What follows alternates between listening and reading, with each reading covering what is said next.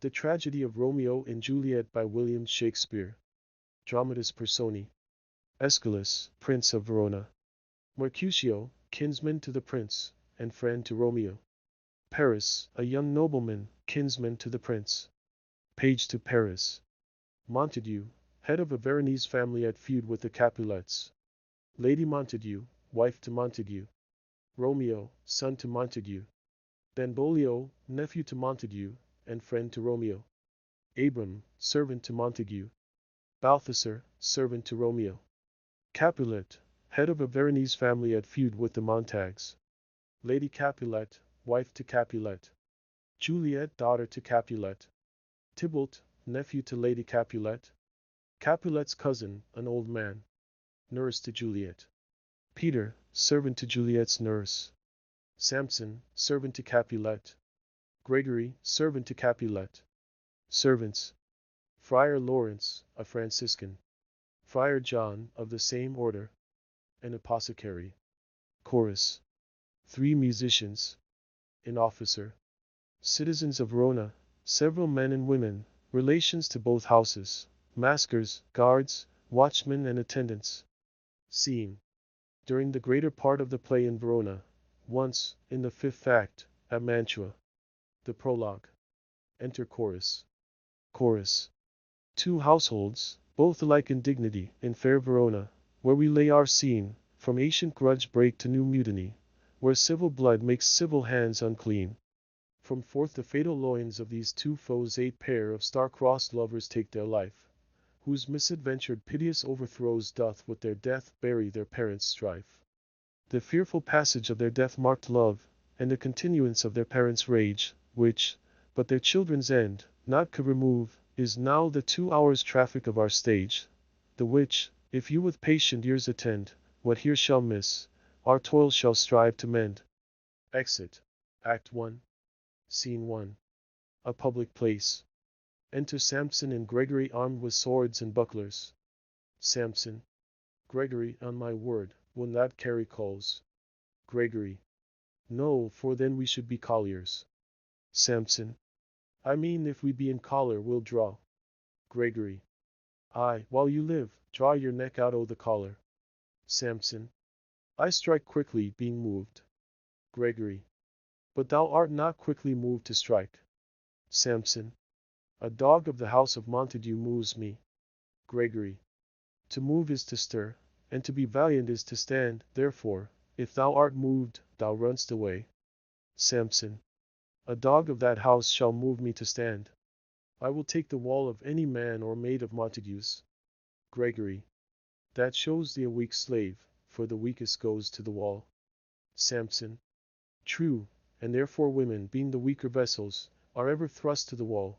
Therefore I will push Montague's men from the wall, and thrust his maids to the wall.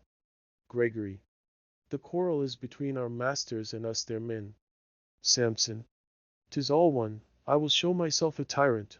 When I have fought with the men I will be civil with the maids. I will cut off their heads. Gregory. The heads of the maids? Samson. Aye, the heads of the maids, or their maidenheads, take it in what sense thou wilt. Gregory. They must take it in sense that feel it. Samson. Me they shall feel while I am able to stand, and 'tis known I am a pretty piece of flesh. Gregory. 'Tis well thou art not fish. If thou hadst been poor John. Draw thy tool, here comes of the house of Montagues. Enter Abram and Balthasar. Samson. My naked weapon is out, quarrel, I will back thee. Gregory. Calm. Turn thy back and run? Samson.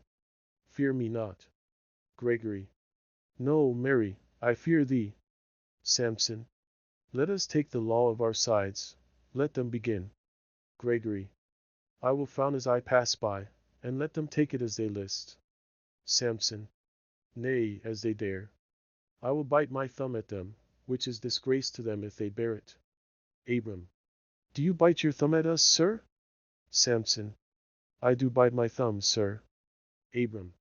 Do you bite your thumb at us, sir? Samson. Is the law of our side if I say I? Gregory. Now. Samson. No, sir, I do not bite my thumb at you, sir, but I bite my thumb, sir. Gregory. Do you quarrel, sir? Abram. Quarrel, sir? No, sir. Samson. But if you do, sir, I am for you. I serve as good a man as you. Abram. No better. Samson. Well, sir. Enter Benvolio. Gregory. Say better. Here comes one of my master's kinsmen. Samson. Yes, better, sir. Abram. You lie. Samson. Draw if you be men. Gregory, remember that washing blow. They fight. Benvolio. Part, fools! Put up your swords, you know not what you do. Beats down their swords. Enter Tybalt. Tybalt. What, art thou drawn among these heartless hinds? Turn thee, Benvolio, look upon thy death. Benvolio.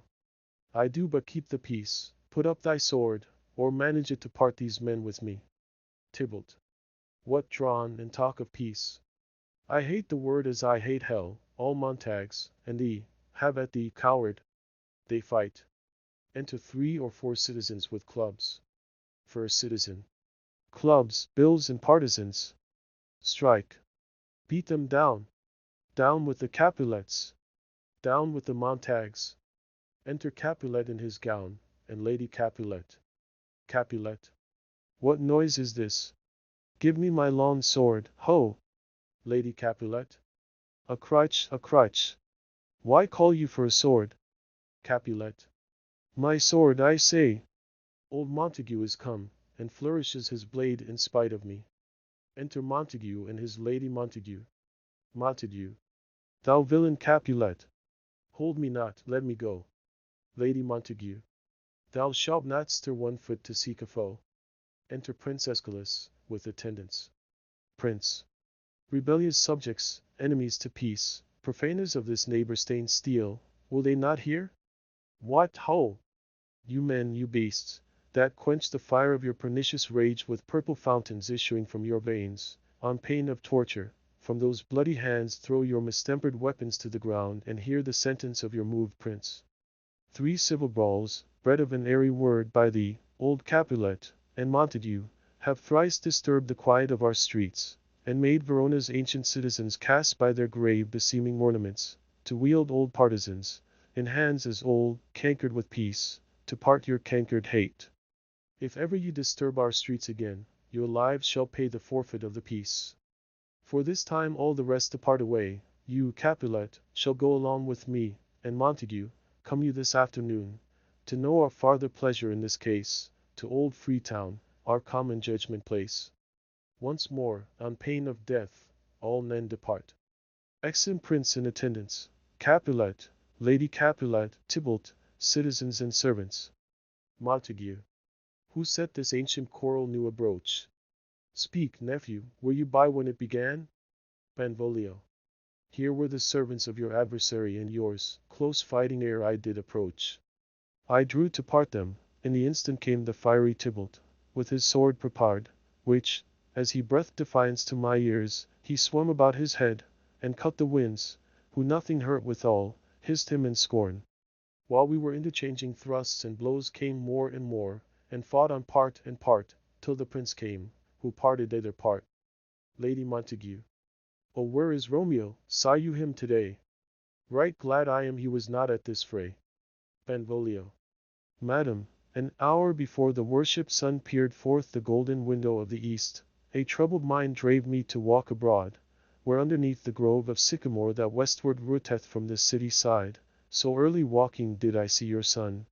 Towards him I made, but he was ware of me, and stole into the covert of the wood. I, measuring his affections by my own, which then most sought where most might not be found, being one too many by my weary self, pursued my humor, not pursuing his, and gladly shunned who gladly fled from me. Montague. Many a morning hath he there been seen, with tears augmenting the fresh morning's dew, adding to clouds more clouds with his deep sighs. But all so soon as the alturing sun should in the farthest east begin to draw the shady curtains from Aurora's bed, away from light steals home my heavy son, and private in his chamber pens himself, shuts up his windows, locks fair daylight out, and makes himself an artificial night. Black and portentous must this humor prove, unless good counsel may the cause remove. Benvolio. My noble uncle, do you know the cause? Montague. I neither know it nor can learn of him. Benvolio. Have you imported him by any means? Montague. Both by myself and many other friends. But he, his own affection's counsellor, is to himself, I will not say how true, but to himself so secret and so close, so far from sounding in discovery, as is the bud bit with an envious worm ere he can spread his sweet leaves to the air, or dedicate his beauty to the sun.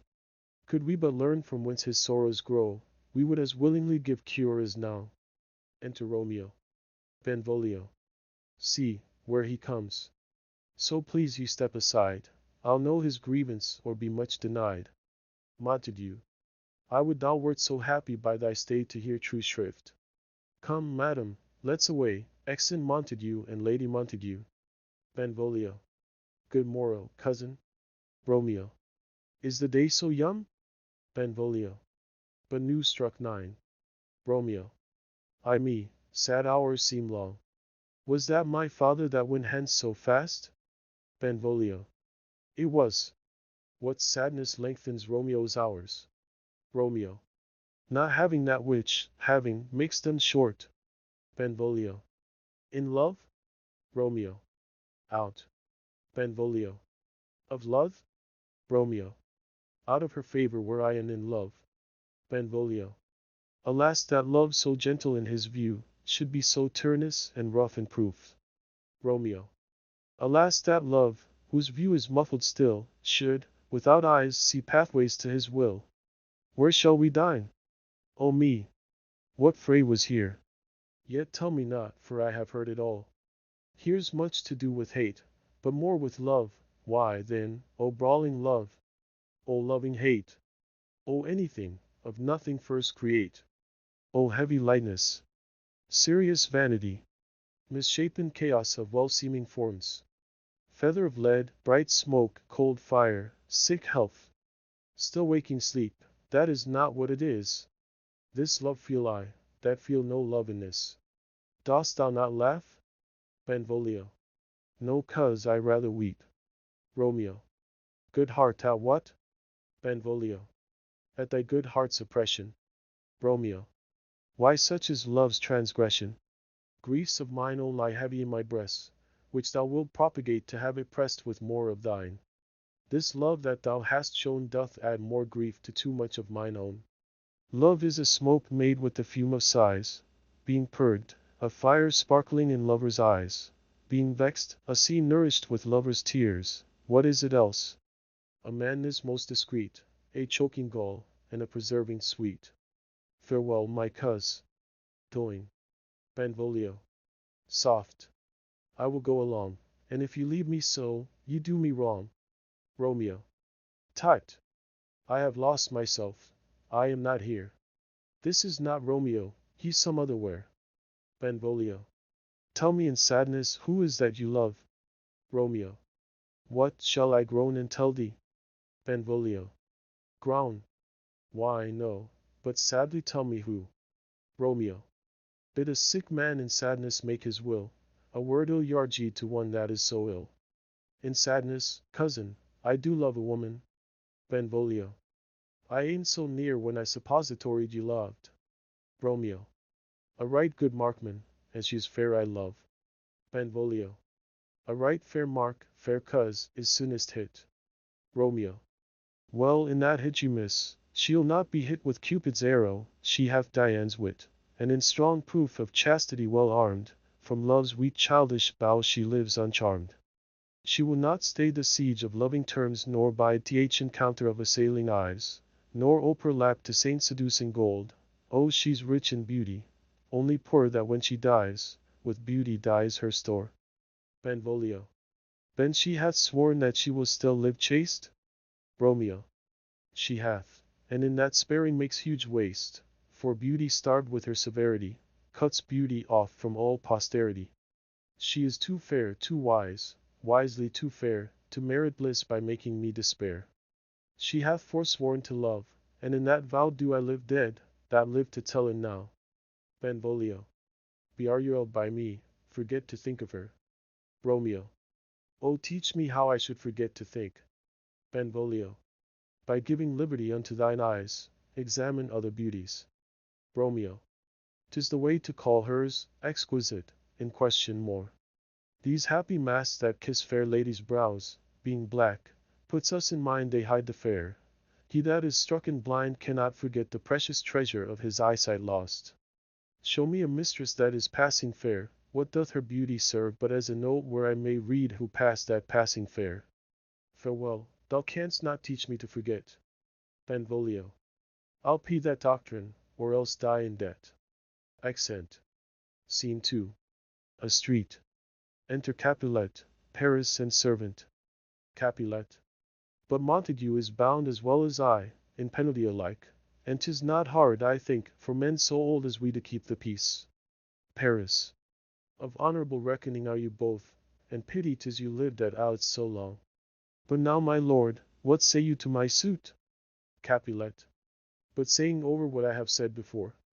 My child is yet a stranger in the world, she hath not seen the change of 14 years. Let 2 more summers wither in their pride ere we may think her ripe to be a bride. Paris. Younger than she our happy mother's maid. Capulet. And too soon marred are those so early made. The earth hath swallowed all my hopes, but she is the hopeful lady of my earth. But woo her, gentle Paris, get her heart, my will to her consent is but a part, and she agree, within her scope of choice lies my consent and fair according voice. This night I hold an old accustomed feast, whereto I have invited many a guest, such as I love, and you among the store, one more, most welcome, makes my number more. And my poor house look to behold this night earth-treading stars that make dark heaven light, such comfort as do lusty young men feel when well-apparelled April on the heel of limping winter treads, even such delight among fresh female buds shall you this night inherit at my house. Here all see, and like her most whose merit most shall be, which, on more view of many, mine, being one, may stand in number though in reckoning none. Come, go with me. Go, Sirrah, trudge about through fair Verona, find those persons out whose names are written there, gives a paper and to them say, my house and welcome on their pleasure stay. Accent Capulet and Paris. Servant. Find them out whose names are written here. It is written that the shoemaker should meddle with his yard and the tailor with his last, the fisher with his pencil, and the painter with his nets. But I am sent to find those persons whose names are here writ, and can never find what names the writing person hath here writ. I must to the learned. In good time. Enter Benvolio and Romeo. Benvolio. Tut, man, one fire burns out another's burning, one pain is lessened by another's anguish. Turn giddy, and be hope by backward turning. One desperate grief cures with another's languish. Take thou some new infection to thy eye, and the rank poison of the old will die. Romeo. Your plantain leaf is excellent for that. Benvolio. For what, I pray thee? Romeo. For your broken chin. Benvolio. Why, Romeo, art thou mad? Romeo. Not mad, but bound more than a man is, shut up in prison, kept without my food, whipped and tormented and Godden, good fellow. Servant. God I Godin. I pray, sir, can you read? Romeo. I, mine own fortune in my misery. Servant. Perhaps you have learned it without book. But I pray, can you read anything you see? Romeo. Ay, if I know the letters and the language. Servant. Ye say honestly, rest you merry. Romeo. Stay, fellow, I can read. He reads the letter. Signor Martino and his wife and daughters, County Anselmo and his beauteous sisters, the lady widow of Vitruvio, Signor Placencio and his lovely nieces, Mercutio and his brother Valentine, mine uncle Capulet, his wife, and daughters, my fair niece Rosalind and Livia, Signor Valencio and his cousin Tybalt, Lucio and the lively Helena. A fair assembly. Gives back the paper. Whither should they come? Servant. Out. Romeo. Whither to supper? Servant. To our house. Romeo. Whose house? Servant. My master's. Romeo. Indeed I should have asked you that before. Servant. Now I'll tell you without asking. My master is the great rich Capulet, and if you be not of the house of Montagues, I pray come and crush a cup of wine. Rest you merry. Exit. Benvolio. At this same ancient feast of Capulets sups the fair Rosalind whom thou so lovest, with all the admired beauties of Verona. Go thither and with unattainted eye, compare her face with some that I shall show, and I will make thee think thy swan a crow. Romeo. When the devout religion of mine I maintain such falsehood, then turn tears to fire, and these who, often drowned, could never die, transparent heretics, be burned for liars. One fairer than my love? The all-seeing sun ne'er saw her match since first the world begun. Benvolio. Tut, you saw her fair, none else being by, herself poised with herself in either eye. But in that crystal scales let there be weight your lady's love against some other maid that I will show you shining at this feast, and she shall scant show well that now shows best. Romeo. I'll go along, no such sight to be shown, but to rejoice in splendor of my own. Accent. Scene 3. Room in Capulet's house. Enter Lady Capulet and nurse. Lady Capulet. Nurse, where's my daughter? Call her forth to me. Nurse. Now, by my maidenhead, at 12-year-old I bade her come. What, lamb? What ladybird? God forbid! Where's this girl? What, Juliet? Enter Juliet. Juliet. How now, who calls? Nurse. Your mother. Juliet. Madam, I am here. What is your will? Lady Capulet. This is the matter. Nurse, give leave a while, we must talk in secret. Nurse, come back again, I have remembered me, thou'st hear our counsel.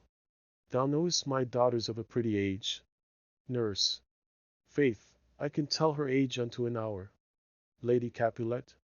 She is not 14. Nurse. I'll lay 14 of my teeth, and yet to my teen be it spoken, I have but 4, she is not 14. How long is it now to Lammas tide? Lady Capulet. A fortnight and odd days. Nurse. Even or odd, of all days in the year, come Lammas eve and night shall she be 14. Susan and she, God rest all Christian souls, were of an age. Well, Susan is with God, she was too good for me. But as I said, on Lammas eve and night shall she be 14. That shall she, Mary, I remember it well. 'Tis since the earthquake now 11 years, and she was weaned, I never shall forget it, of all the days of the year, upon that day, for I had then laid wormwood to my dug, sitting in the sun under the dove-house wall, my lord, and you were then at Mantua. Nay, I do bear a brain. But as I said, when it did taste the wormwood on the nipple of my dug and felt it bitter, pretty fool, to see it tetchy, and fall out with the dug. Shake, quoth the dove-house, 'twas no need, I trow, to bid me trudge. And since that time it is 11 years, for then she could stand alone, nay, by trude she could have run and waddled all about, for even the day before she broke her brow, and then my husband, God be with his soul, I was a merry man, took up the child, yea, quoth he, dost thou fall upon thy face? Thou wilt fall backward when thou hast more wit, wilt thou not, Jewel? And by my holidame, the pretty wretch left crying, and said I, to see now how a jest shall come about. I warrant, and I should live 1,000 years, I never should forget it. Wilt thou not, Jewel? Quoth he, and pretty fool, it stinted, and said I, Lady Capulet. Enough of this, I pray thee hold thy peace. Nurse.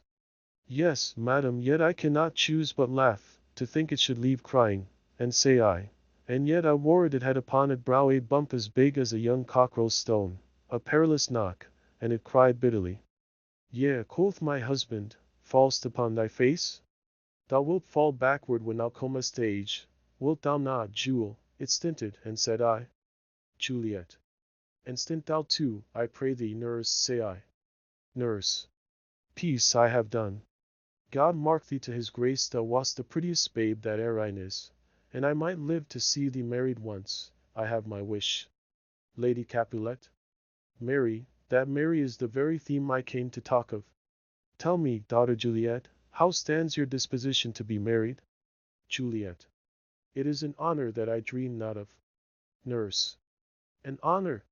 Were not I thine only nurse, I would say thou hadst sucked wisdom from thy teat. Lady Capulet. Well, think of marriage now, younger than you, here in Verona, ladies of esteem, are made already mothers. By my count I was your mother much upon these years that you are now a maid. Thus, then, in brief, the valiant Paris seeks you for his love. Nurse. A man, young lady. Lady, such a man as all the world, why he's a man of lax. Lady Capulet. Verona's summer hath not such a flower. Nurse. Nay, he's a flower, in faith a very flower. Lady Capulet. What say you, can you love the gentleman? This night ye shall behold him at our feast, read o'er the volume of young Paris' face, and find delight writ there with beauty's pen. Examine every married lineament, and see how one another lends content, and what obscured in this fair volume lies, find written in the margent of his eyes. This precious book of love, this unbound lover, to beautify him, only lacks a cover, the fish lives in the sea, and 'tis much pride for fair without the fair within to hide. That book in many's eyes does share the glory, that in gold clasps locks in the golden story, so shall you share all that he doth possess, by having him, making yourself no less. Nurse. No less, nay bigger. Win and grow by nen. Lady Capulet. Speak briefly, can you like of Paris love? Juliet.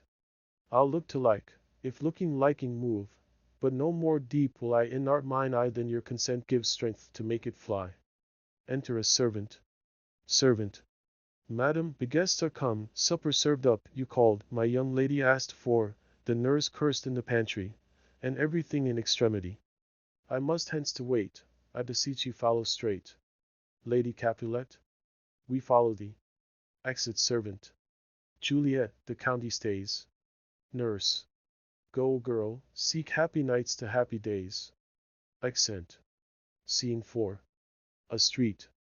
Enter Romeo, Mercutio, Benvolio, with 5 or 6 maskers, torch-bearers and others. Romeo. What, shall this speech be spoke for our excuse? Or shall we on without apology? Benvolio. The date is out of such prolixity, we'll have no Cupid hoodwinked with a scarf, bearing a Tartar's painted bow of lath, scaring the ladies like a crow-keeper, nor no without book prologue, faintly spoke after the prompter, for our entrance. But let them measure us by what they will, we'll measure them a measure, and be gone. Romeo. Give me a torch, I am not for this ambling, being but heavy I will bear the light. Mercutio. Nay, gentle Romeo, we must have you dance. Romeo. Not I, believe me, you have dancing shoes, with nimble soles I have a soul of lead so stakes me to the ground I cannot move. Mercutio. You are a lover, borrow Cupid's wings, and soar with them above a common bound. Romeo. I am too sore and pierced with his shaft to soar with his light feathers, and so bound, I cannot bound a pitch above dull woe. Under love's heavy burden do I sink. Mercutio. And to sink in it, should you burden love, too great oppression for a tender thing. Romeo. Is love a tender thing? It is too rough, too rude, too boisterous, and it pricks like thorn. Mercutio. If love be rough with you, be rough with love, prick love for pricking, and you beat love down. Give me a case to put my visage in, putting out a mask. A visor for a visor. What care I what curious eye doth quote deformities? Here are the beetle brows shall blush for me. Benvolio. Come, knock and enter, and no sooner in but every man betake him to his legs. Romeo. A torch for me, let wantons, light of heart, tickle the senseless rushes with their heels, for I am proverbed with a grandsire phrase, I'll be a candle holder and look on, the gain was ne'er so fair, and I am done. Mercutio. Tad duns the mouse, the constable's own word, if thou art done, we'll draw thee from the mire or save your reverence love, wherein thou stickest up to the ears. Come, we burn daylight, ho. Romeo. Nay, that's not so. Mercutio. I mean, sir, in delay we waste our lights in vain, light lights by day. Take our good meaning, for our judgment sits 5 times in that air once in our 5 wits. Romeo. And we mean well in going to this mast, but 'tis no whit to go. Mercutio. Why, may one ask? Romeo. I dreamt a dream tonight. Mercutio. And so did I. Romeo. Well, what was yours? Mercutio. That dreamers often lie. Romeo. In bed asleep, while they do dream things true. Mercutio. Oh, then I see Queen Mab hath been with you. She is the fairy's midwife, and she comes in shape no bigger than an agate stone on the forefinger of an alderman, drawn with a team of little atomies over men's noses as they lie asleep. Her wagon spokes made of long spinners' legs, the cover of the wings of grasshoppers, her traces of the smallest spider's web, the collars of the moonshine's watery beams, her whip of cricket's bone, the lash of film, her wagoner, a small gray-coated gnat, not half so big as a round little worm pricked from the lazy finger of a maid. Her chariot is an empty hazelnut, made by the joiner squirrel or old grub, time out oh mind the fairies' coachmakers. And in this state she gallops night by night to lovers' brains, and then they dream of love, or courtiers' knees, that dream on curtsies straight, or lawyers' fingers, who straight dream on fees, or ladies' lips, who straight on kisses dream, which oft the angry Mab with blisters plagues, because their breasts with sweetmeats tainted are. Sometimes she gallops o'er a courtier's nose, and then dreams he of smelling out a suit. And sometime comes she with a tight pig's tail, tickling a parson's nose as a lies asleep, then dreams he of another benefice. Sometimes she driveth o'er a soldier's neck, and then dreams he of cutting foreign throats, of breaches, ambuscados, Spanish blades, of healths 5 fathom deep, and then anon drums in his ear, at which he starts and wakes, and being thus fried, swears a prayer or two, and sleeps again. This is that very Mab that plats the manes of horses in the night, and bakes the elf locks in foul sluttish hairs, which, once untangled, much misfortune bodes. This is the hag, when maids lie on their backs, that presses them, and learns them first to bear, making them women of good carriage. This is she, Romeo. Peace, peace, Mercutio, peace, thou talk'st of nothing. Mercutio. True, I talk of dreams, which are the children of an idle brain, begot of nothing but vain fantasy, which is as thin of substance as the air, and more inconstant than the wind, who woos even now the frozen bosom of the north, and being angered, puffs away from thence, turning his side to the dew-dropping south. Benvolio. This wind you talk of blows us from ourselves. Supper is done, and we shall come too late. Romeo. I fear too early, for my mind misgives some consequence yet hanging in the stars, shall bitterly begin his fearful date with this night's revels, and expire the term of a despised life, clasped in my breast by some vile forfeit of untimely death. But he that hath the steerage of my course direct my suit. On, lusty gentlemen. Benvolio. Strike drum. Accent. Scene 5. A hall in Capulet's house. Musicians waiting. Enter servants. First servant. Where's Potman, that he helps not to take away? He shift a trencher. He scrape a trencher. Second servant.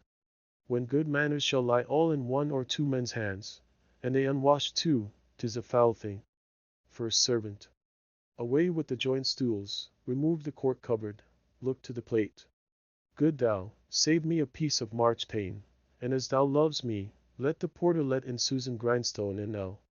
Antony and Pot Pan. Second servant. Aye, boy, ready. First servant.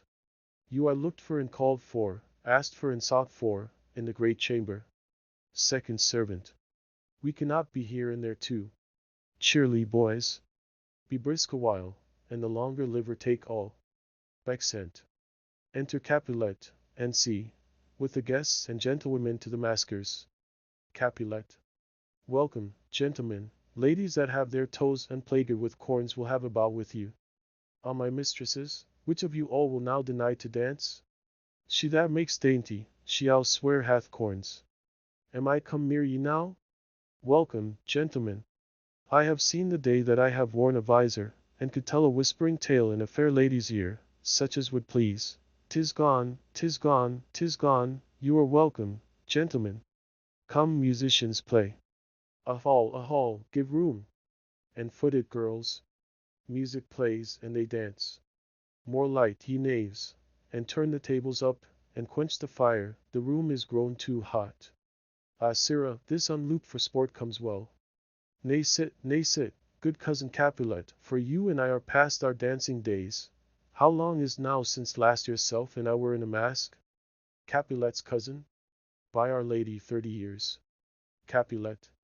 What, man, 'tis not so much, 'tis not so much, 'tis since the nuptial of Licentio, come Pentecost as quickly as it will, some 25 years.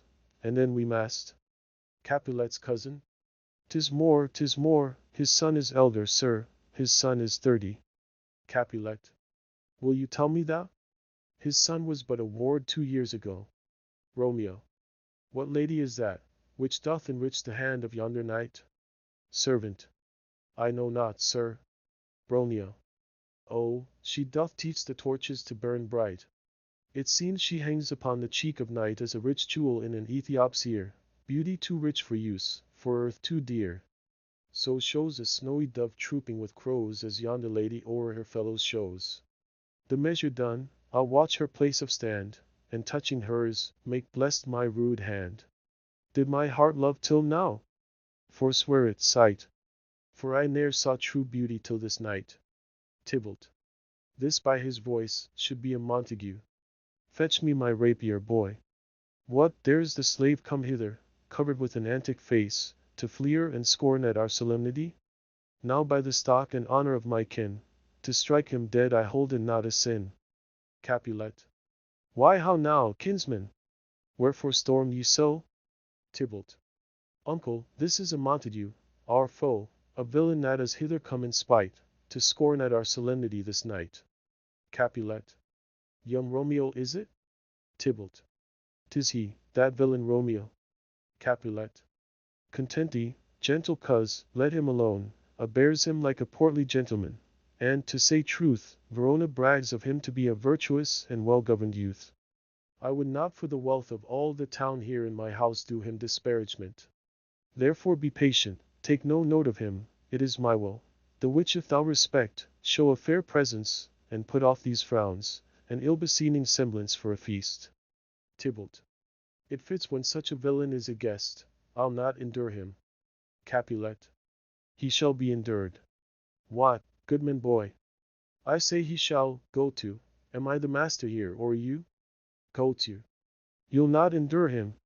God shall mend my soul, you'll make a mutiny among my guests. You will set cock-a-hoop, you'll be the man. Tybalt. Why, uncle, 'tis a shame. Capulet. Go to, go to. You are a saucy boy. Is't so, indeed? This trick may chance to scathe you, I know what. You must contrary me. Marry, 'tis time. Well said, my hearts, you are a princox, go, be quiet, or, more light, for shame. I'll make you quiet. What, cheerly, my hearts. Tybalt. Patience perforce with wilful choler meeting makes my flesh tremble in their different greeting. I will withdraw, but this intrusion shall, now seeming sweet, convert to bitter gall. Exit. Romeo. To Juliet. If I profane with my unworthiest hand this holy shrine, the gentle sin is this, my lips, two blushing pilgrims, ready stand to smooth that rough touch with a tender kiss. Juliet. Good pilgrim, ye do wrong your hand too much, which manly devotion shows in this. For saints have hands that pilgrims' hands do touch, and palm to palm is holy palmer's kiss. Romeo. Have not saints lips, and holy palmers too? Juliet. Ay, pilgrim, lips that they must use in prayer. Romeo. Oh, then, dear saint, let lips do what hands do, they pray, grant thou, lest faith turn to despair. Juliet. Saints do not move, though grant for prayer's sake. Romeo. Then move not while my prayer's effect I take. Thus from my lips by thine my sin is purged. Kissing her. Juliet. Then have my lips the sin that they have took. Romeo. Sin from my lips? O trespass sweetly you are deed. Give me my sin again. Juliet. You kiss by the book. Nurse. Madam, your mother craves a word with you. Romeo. What is her mother? Nurse. Mary, bachelor, her mother is the lady of the house, and a good lady, and a wise and virtuous. Ine is her daughter that you talked withal. I tell you, he that can lay hold of her shall have the chinks. Romeo. Is he a Capulet? O dear account! My life is my foe's debt. Benvolio. Away, be gone, the sport is at the best. Romeo. Ay, so I fear, the more is my unrest. Capulet. Nay, gentlemen, prepare not to be gone, we have a trifling foolish banquet towards. Is it e'en so? Why then I thank you all, I thank you, honest gentlemen, good night. More torches here. Come on then, let's to bed. Ah, sirrah, by my fay, it waxes late all to my rest. Accent all but Juliet and nurse. Juliet. Come hither, nurse. What is yon gentleman? Nurse. The son and heir of old Tiberio. Juliet. What's he that now is going out of door? Nurse. Marry, that I think be young Petruchio. Juliet. What's he that follows here, that would not dance? Nurse. I know not. Juliet. Go ask his name. If he be married, my grave is like to be my wedding bed. Nurse. His name is Romeo, and a Montague, the only son of your great enemy. Juliet. My only love sprung from my only hate. Too early seen unknown, and known too late. Prodigious birth of love it is to me, that I must love a loathed enemy. Nurse. What's this? What's this? Juliet. A rhyme I learn even now of when I danked withal. One calls within, Juliet. Nurse. Anon, anon. Come, let's away, the strangers all are gone. Accent. Act 2. Enter chorus. Chorus. Now old desire doth in his deathbed lie, and young affection gates to be his heir. That fair for which love groaned for and would die, with tender Juliet matched, is now not fair. Now Romeo is beloved, and loves again, alike bewitched by the charm of looks. But to his foe suppositoried he must complain, and she still loves sweet bait from fearful hooks. Being held a foe, he may not have access to breathe such vows as lovers used to swear, and she as much in love, her means much less to meet her new beloved anywhere. But passion lends them power, time means, to meet, tempering extremities with extremes sweet. Exit. Scene 1. An open place adjoining Capulet's garden. Enter Romeo. Romeo. Can I go forward when my heart is here? Turn back, dull earth, and find thy center out. He climbs the wall and leaps down within it. Enter Benvolio and Mercutio. Benvolio. Romeo. My cousin Romeo. Romeo. Mercutio. He is wise, and on my life has stolen him home to bed. Benvolio. He ran this way, and leaped this orchard wall. Call, good Mercutio. Mercutio. Nay, I'll conjure too. Romeo. Humors. Nay, man. Passion. Never. Appear thou in the likeness of a sigh, speak but one rhyme, and I am satisfied. Cry but ah me. Pronounce but love and dove. Speak to my gossip Venus one fair word, one nickname for her purblind son and heir, young Abraham Cupid, he that shot so trim when King Cophetua loved the beggar maid. He heareth not, he stirreth not, he moveth not, the ape is dead, and I must conjure him. I conjure thee by Rosalind's bright eyes, by her high forehead and her scarlet lip, by her fine foot, straight leg, and quivering thigh, and the domains that there adjacent lie, that in thy likeness thou appear to us. Benvolio. And if he hear thee, thou wilt anger him. Mercutio. This cannot anger him. 'Twould anger him to raise a spirit in his mistress' circle, of some strange nature, letting it there stand till she had laid it, and conjured it down, that were some spite. My invocation is fair and honest, and in his mistress' name, I conjure only but to raise up him. Benvolio. Come, he hath hid himself among these trees to be consorted with the humorous night. Blind is his love, and best befits the dark. Mercutio. If love be blind, love cannot hit the mark. Now will he sit under a medlar tree, and wish his mistress were that kind of fruit as maids call medlars when they laugh alone. O Romeo, that she were, oh that she were an open arse, and now a pop hair and pear. Romeo, good night. I'll to my truckle bed. This field bed is too cold for me to sleep. Come, shall we go? Benvolio.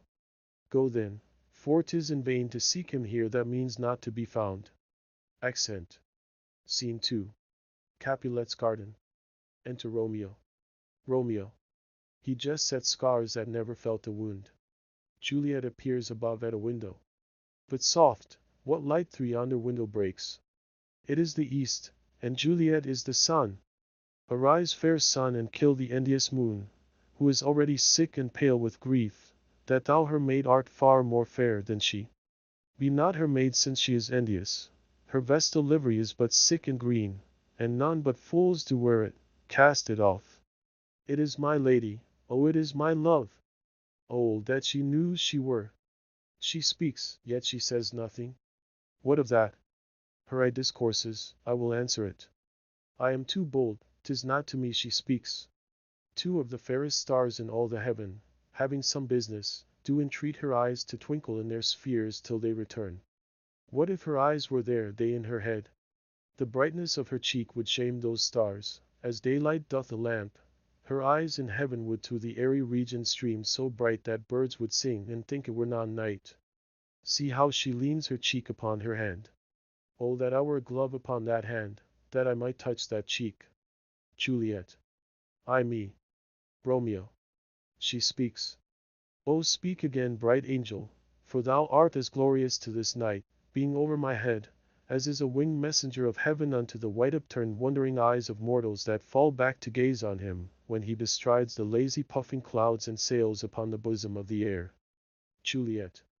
O Romeo, Romeo, wherefore art thou Romeo? Deny thy father and refuse thy name. Or if thou wilt not, be but sworn my love, and I'll no longer be a Capulet. Romeo. Aside. Shall I hear more, or shall I speak at this? Juliet. 'Tis but thy name that is my enemy. Thou art thyself, though not a Montague. What's Montague? It is nor hand nor foot, nor arm, nor face, nor any other part belonging to a man. Oh, be some other name. What's in a name? That which we call a rose by any other name would smell as sweet. So Romeo would, were he not Romeo called, retain that dear perfection which he owes without that title. Romeo, doff thy name, and for thy name, which is no part of thee, take all myself. Romeo. I take thee at thy word. Call me but love, and I'll be new Baptist. Henceforth I never will be Romeo. Juliet. What man art thou that, thus bescreened in night, so stumblest on my counsel? Romeo. By a name I know not how to tell thee who I am. My name, dear saint, is hateful to myself, because it is an enemy to thee. Had I it written, I would tear the word. Juliet. My ears have yet not drunk 100 words of thy tongue's utterance, yet I know the sound. Art thou not Romeo, and a Montague? Romeo. Neither, fair maid, if either thee dislike. Juliet. How camest thou hither, tell me, and wherefore? The orchard walls are high and hard to climb, and the place death, considering who thou art, if any of my kinsmen find thee here. Romeo. With love's light wings did I o'erperch these walls, for stony limits cannot hold love out, and what love can do, that dares love attempt, therefore thy kinsmen are no stop to me. Juliet. If they do see thee, they will murder thee. Romeo. Alack, there lies more peril in 9 eye than 20 of their swords. Look thou but sweet, and I am proof against their enmity. Juliet. I would not for the world they saw thee here. Romeo. I have night's cloak to hide me from their eyes, and but thou love me, let them find me here. My life were better ended by their hate than death prorogued, wanting of thy love. Juliet. By whose direction foundst thou out this place? Romeo.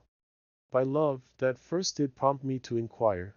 He lent me counsel, and I lent him eyes. I am no pilot, yet wert thou as far as that vast shore washed with the farthest sea, I should adventure for such merchandise. Juliet.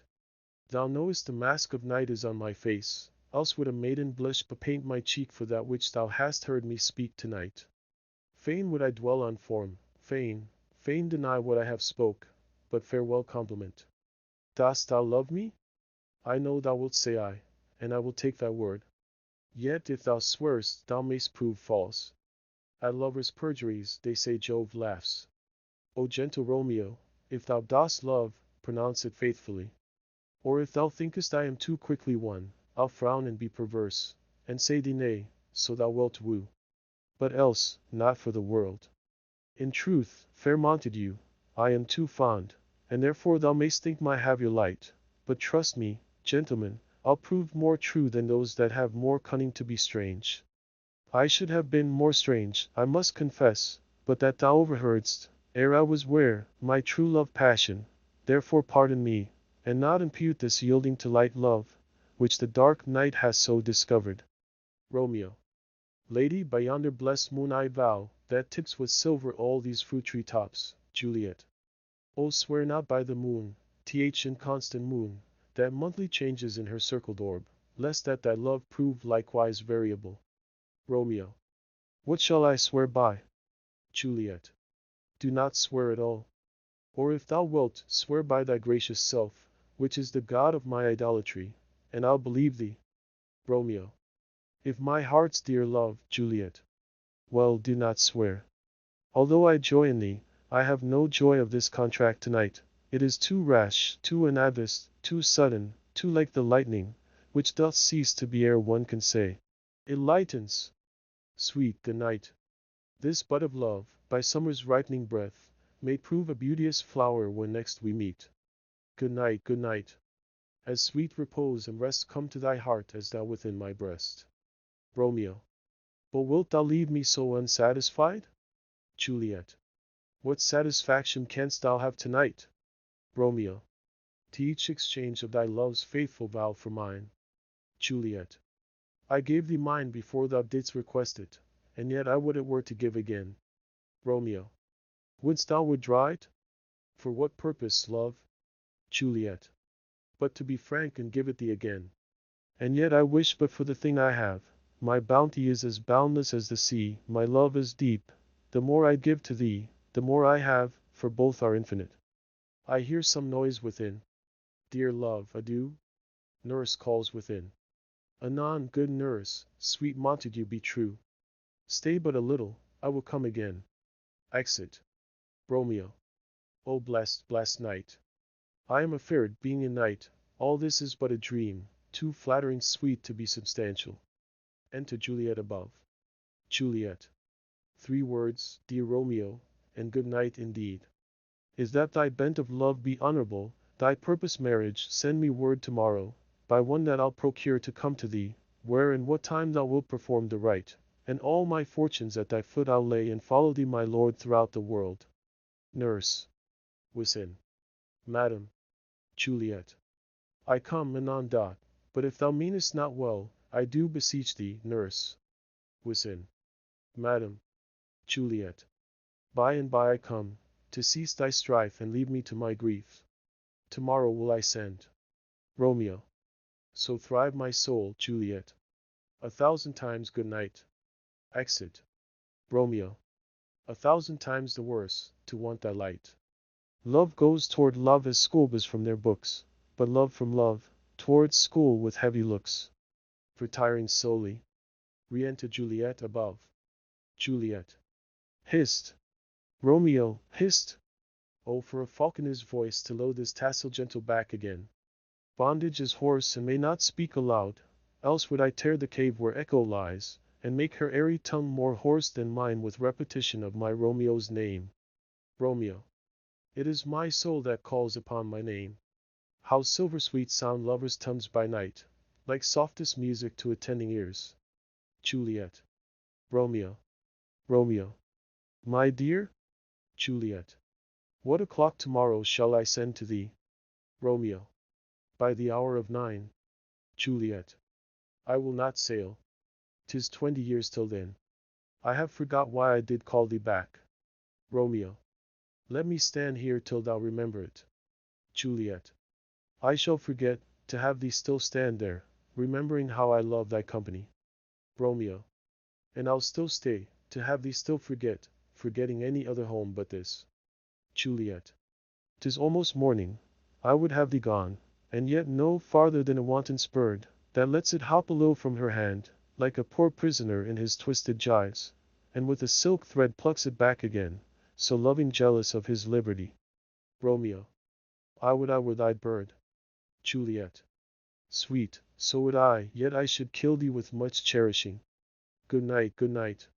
Parting is such sweet sorrow that I shall say good night till it be morrow. Exit. Romeo. Sleep dwell upon thine eyes, peace in thy breast. Would I were sleep and peace, so sweet to rest. Hence will I to my ghostly sire's cell, his help to crave and my dear hap to tell. Exit. Scene 3. Friar Lawrence's cell. Enter Friar Lawrence with a basket. Friar Lawrence. The grey wide morn smiles on the frowning night, checkering the eastern clouds with streaks of light, and fleck-led darkness like a drunkard reels from forth day's pathway, made by Titan's fiery wheels now, ere the sun advance his burning eye, the day to cheer, and night's dank dew to dry. I must upfill this osier cage of ours with baleful weeds and precious juiced flowers. The earth that's nature's mother is her tomb. What is her burying grave? That is her womb. And from her womb children of diverse kind we sucking on her natural bosom find. Many for many virtues excellent, none but for some, and yet all different. Oh, mickle is the powerful grace that lies in plants, herbs, stones, and their true qualities. For naught so vile that on the earth doth lie but to the earth some special good doth give, nor aught so good but, strained from that fair use, revolts from true birth, stumbling on abuse. Virtue itself turns vice being misapplied, and vice sometimes by action dignified. Enter Romeo. Within the infant rind of this weak flower poison hath residence, and medicine power, for this, being smelt, with that part shears each part, being tasted, slays all senses with the heart. Two such opposed kings encamp them still in man as well as herds, grace and rude will, and where the worser is predominant, full soon the canker death eats up that plant. Romeo. Good morrow, father. Friar Lawrence. Benedicite. What early tongue so sweet saluteth me? Young son, it argues a distempered head so soon to bid good morrow to lie bed. Care keeps his watch in every old man's eye, and where care lodges sleep will never lie. But where unbruised youth with unstuffed brain doth couch his limbs, there golden sleep doth reign. Therefore thy earliness doth me assure thou art upperst with some distemperature. Or if not so, then here I hit it right, our Romeo hath not been in bed tonight. Romeo. That last is true, the sweeter rest was mine. Friar Lawrence. God pardon sin. Wast thou with Rosalind? Romeo. With Rosalind, my ghostly father? No. I have forgot that name, and that name's woe. Friar Lawrence. That's my good son. But where hast thou been then? Romeo. I'll tell thee ere thou ask me again. I have been feasting with mine enemy, where on a sudden one hath wounded me that's by me wounded. Both are remedies within thy help and holy physic lies. I bear no hatred, bless man, for lo, my intercession likewise steads my foe. Friar Lawrence. Be plain, good son, and homely in thy drift, riddling confession finds but riddling shrift. Romeo. Then plainly know my heart's dear love is set on the fair daughter of rich Capulet. As mine on hers, so hers is set on mine, and all combined, save what thou must combine by holy marriage. When, and where, and how we met, we wooed, and made exchange of vow I'll tell thee as we pass, but this I pray, that thou consent to marry us today. Friar Lawrence. Holy Saint Francis. What a change is here! Is Rosalind, that thou didst love so dear, so soon forsaken? Young men's love then lies not truly in their hearts, but in their eyes. Jesu Maria, what a deal of brine hath washed thy sallow cheeks for Rosalind! How much salt water thrown away in waste, to season love, that of it doth not taste.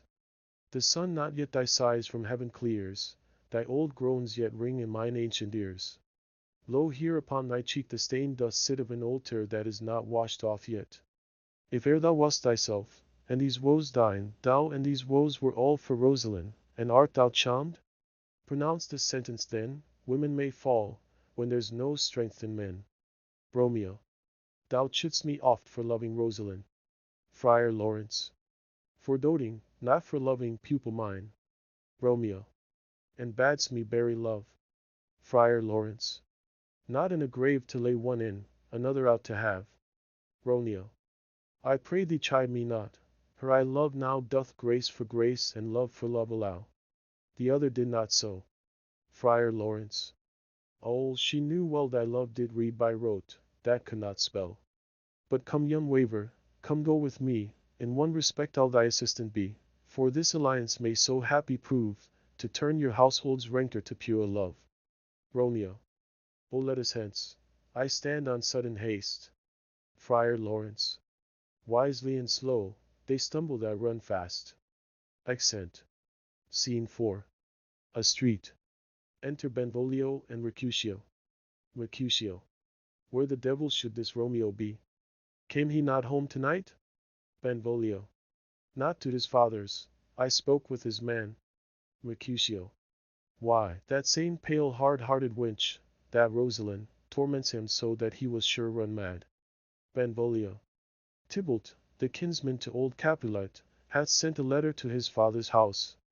Mercutio. A challenge on my life? Benvolio.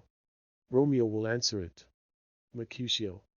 Any man that can write may answer a letter. Benvolio. Nay, he will answer the letter's master, how he dares, being dared. Mercutio.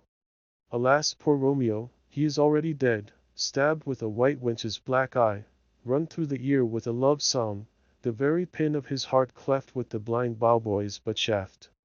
And is he a man to encounter Tybalt? Benvolio. Why, what is Tybalt? Mercutio. More than prince of cats. Oh, he's the courageous captain of compliments. He fights as you sing prick song, keeps time, distance, and proportion. He rests his minim rest, 1, 2, and the third in your bosom. The very butcher of a silk button, a do list, a gentleman of the very first house, of the first and second cause. Ah, the immortal passado, the punto reverso, the hey. Benvolio. The what? Mercutio. The pox of such antic lisping, affecting fantasies, these new tuners of accent. By Jesu, a very good blade, a very tall man, a very good whore.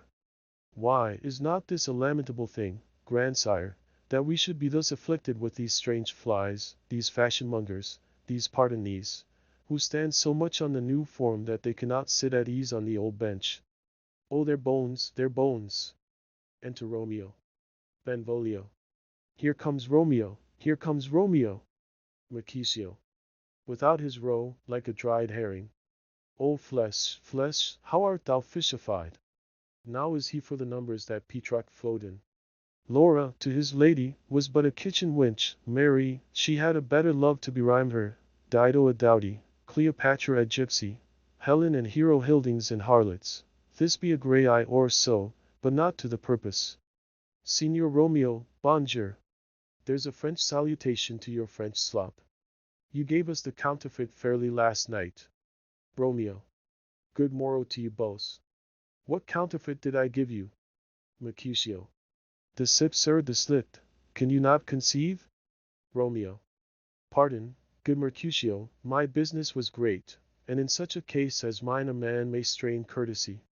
Mercutio. That's as much as to say, such a case as yours constrains a man to bow in the hams? Romeo. Meaning to curtsy. Mercutio. Thou hast most kindly hit it. Romeo. A most courteous exposition. Mercutio. Nay, I am the very pink of courtesy. Romeo. Pink for flower. Mercutio. Right. Romeo. Why, then is my pump well flowered. Mercutio. Sure wit, follow me this jest now, till thou hast worn out thy pump, that when the single soul of it is worn, the jest may remain after the wearing, solely singular. Romeo. O single-souled jest, solely singular for the singleness. Mercutio. Come between us, good Benvolio, my wits faint. Romeo. Swits and spurs, or I'll cry a match. Mercutio. Nay, if thou wouldst run the wild goose chase, I am done. For thou hast more of the wild goose in one of thy wits, than I am sure I have in my whole 5. Was I with you there for the goose? Romeo. Thou wast never with me for anything. when thou wast not there for the goose. Mercutio. I will bite thee by the ear for that jest. Romeo. Nay, good goose, bite not. Mercutio. That wit is a very bitter sweeting, it is a most sharp sauce. Romeo. And is it not then well served into a sweet goose? Mercutio. Oh, here's a wit of Chevreau, that stretches from an inch narrow to an ell broad. Romeo. I stretch it out for that word broad, which added to the goose, proves thee far and wide a broad goose. Mercutio. Why, is not this better now than groaning for love? Now art thou sociable, now art thou Romeo, now art thou what thou art, by art as well as by nature. For this trivialing love is like a great natural, that runs lolling up and down to hide his bauble in a hole. Benvolio. Stop there. Mercutio. Thou desirest me to stop in my tale against the hare. Benvolio. Thou wouldst else have made thy tale large. Mercutio. Oh, thou art deceived. I would have made it short, for I was come to the whole depth of my tale, and meant indeed to occupy the argument no longer. Enter Nurse and Peter. Romeo. Here's good the gear. A sail. Mercutio. Two, a shirt and a smock. Nurse. Peter. Anon. Nurse. My fan, Peter. Mercutio. Good Peter, to hide her face, for her fan's the fairer face. Nurse. God ye good morrow, gentlemen. Mercutio. God ye good den, fair gentlewoman. Nurse. Is it good then? Mercutio. 'Tis no less, I tell ye, for the body hand of the dial is now upon the prick of noon. Nurse. Out upon you! What a man are you! Romeo. One, gentlewoman, that God hath made for himself to mar. Nurse. By my troth it is well said, for himself to mar, quoth they. Gentlemen, can any of you tell me where I may find the young Romeo? Romeo. I can tell you, but young Romeo will be older when you have found him than he was when you sought him. I am the youngest of that name, for fault of a worse. Nurse. You say well? Mercutio. Yea, is the worse well? Very well took, I faith, wisely. Nurse. If you be he, sir, I desire some confidence with you. Benvolio. She will indite him to some supper. Mercutio. Abide. So how? Romeo. What hast thou found? Mercutio. No hare, sir, unless a hare, sir, in a Lenten pie, that is something stale and hoar ere it be spent. Sings. An old hare hoar, and an old hare hoar, is very good meat in Lent, but a hare that is hoar is too much for a score when it hoars ere it be spent. Romeo, will you come to your father's? We'll to dinner thither. Romeo. I will follow you. Mercutio. Farewell, ancient lady, farewell, lady. I sent Mercutio and Benvolio. Nurse. I pray you, sir, what saucy merchant was this that was so full of his ropery? Romeo. A gentleman, nurse, that loves to hear himself talk, and will speak more in a minute than he will stand to in a month. Nurse. And a speak anything against me, I'll take him down, and it were lustier than he is, and 20 such chacks. And if I cannot, I'll find those that shall. Scurvy knave! I am none of his flirt gills, I am none of his skeins mates dot, and now must stand by too and suffer every knave to use me at his pleasure. Peter. I saw no man use you at his pleasure. If I had, my weapons should quickly have been out. I warrant you, I dare draw as soon as another man, if I see occasion in a good quarrel, and the law on my side. Nurse. Now, afore God, I am so vexed that every part about me quivers. Scurvy knave.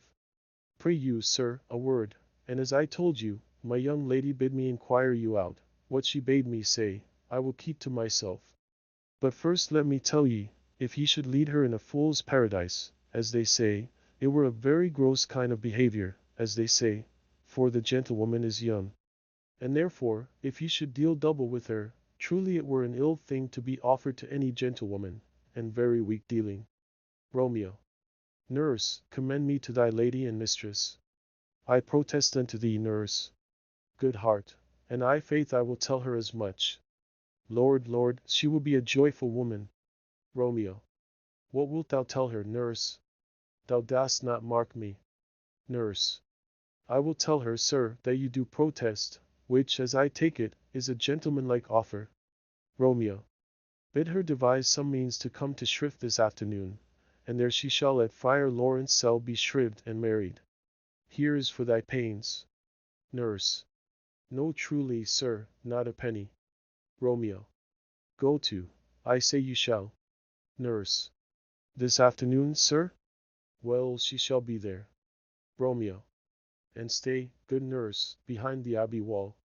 Within this hour my man shall be with thee, and bring me cords made like a tackled stair, which to the high gallant of my joy must be my convoy in the secret night. Farewell, be trusty, and I'll quit thy pains. Farewell, commend me to thy mistress. Nurse. Now God in heaven bless thee. Hark you, sir. Romeo. What say'st thou, my dear nurse? Nurse. Is your man secret? Did you ne'er hear say, two may keep counsel, putting one away? Romeo. I warrant thee my man's as true as steel. Nurse. Well, sir, my mistress is the sweetest lady. Lord, Lord! When 'twas a little prating thing, oh, there is a nobleman in town, one Paris, that would fain lay knife aboard, but she, good soul, had as lief see a toad, a very toad, as see him. I anger her sometimes, and tell her that Paris is the proper man, but I'll warrant you, when I say so, she looks as pale as any cloud in the versatile world. Doth not Rosemary and Romeo begin both with a letter? Romeo. Ay, nurse, what of that? Both was in R. Nurse. Ah, mocker! That's the dog's name. R is for the, no, I know it begins with some other letter, and she hath the prettiest sententious of you and Rosemary, that it would do you good to hear it. Romeo. Commend me to thy lady. Nurse. Ay, 1,000 times. Peter. Exit Romeo. Peter. Anon. Nurse. Before in a pace. Accent. Scene 5. Capulet's garden. Enter Juliet. Juliet. The clock struck 9 when I did send the nurse. In half an hour she promised to return. Perchance she cannot meet him. That's not so. Oh, she is lame. Love's herald should be thoughts, which 10 times faster glides than the sun's beams, driving back shadows over lowering hills. Therefore do nimble pinioned doves draw love, and therefore hath the wind swift Cupid wings. Now is the sun upon the highmost hill of this day's journey, and from 9 till 12 is 3 long hours, yet she is not come. Had she affections and warm youthful blood, she'd be as swift in motion as a ball. My words would bandy her to my sweet love, and his to me. But old folks, many fain as they were dead, unwieldy, slow, heavy and pale as lead. Enter nurse and Peter. O God, she comes. O honey nurse, what news? Hast thou met with him? Send thy man away. Nurse. Peter, stay at the gate. Exit Peter. Juliet. Now, good sweet nurse, O Lord, why look'st thou sad? Though news be sad, yet tell them merrily. If good, thou shanst the music of sweet news by playing it to me with so sour a face. Nurse. I am a-weary, give me leave awhile. Fie, how my bones ache! What a jaunt have I had! Juliet. I would thou hadst my bones, and I thy news. Nay, come, I pray thee speak. Good nurse, speak. Nurse. Jesu, what haste! Can you not stay a while? Do you not see that I am out of breath? Juliet. How art thou out of breath, when thou hast breath to say to me that thou art out of breath? The excuse that thou dost make in this delay is longer than the tale thou dost excuse. Is thy news good or bad? Answer to that, say there, and I'll state the circumstance. Let me be satisfied, is good or bad? Nurse. Well, you have made a simple choice. You know not how to choose a man. Romeo? No, not he. Though his face be better than any man's, yet his leg excels all men's, and for a hand and a foot, and a body, though they be not to be talked on, yet they are past compare. He is not the flower of courtesy, but I'll warrant him as gentle as a lamb. Go thy ways, wench, serve God. What, have you dined at home? Juliet. No, no. But all this did I know before. What says he of our marriage? What of that? Nurse. Lord, how my head aches! What a head have I! It beats as it would fall in 20 pieces. My back, o' t'other side, oh my back, my back! Be sure your heart for sending me about to catch my death with jouncing up and down. Juliet. I faith, I am sorry that thou art not well. Sweet, sweet, sweet nurse, tell me, what says my love? Nurse. Your love says like an honest gentleman, and a courteous, and a kind, and a handsome, and I warrant a virtuous. Where is your mother? Juliet. Where is my mother? Why, she is within. Where should she be? How oddly thou repliest. Your love says, like an honest gentleman, where is your mother? Nurse. O God's lady dear, are you so hot? Mary, come up, I trow. Is this the poultice for my aching bones? Henceforward do your messages yourself. Juliet. Here's such a coil. Come, what says Romeo? Nurse. Have you got leave to go to shrift today? Juliet. I has. Nurse. Then hie you hence to Friar Lawrence' cell. There stays a husband to make you a wife. Now comes the wanton blood up in your cheeks. They'll be in scarlet straight at any news. Hie you to church. I must another way, to fetch a ladder by the which your love must climb a bird's nest soon when it is dark. I am the drudge, and toil in your delight, but you shall bear the burden soon and night. Gal. I'll to dinner. Hie you to the cell. Juliet. Hie to high fortune. Honest nurse, farewell. Accent. Scene 6. Friar Lawrence's cell. Enter Friar Lawrence and Romeo. Friar Lawrence.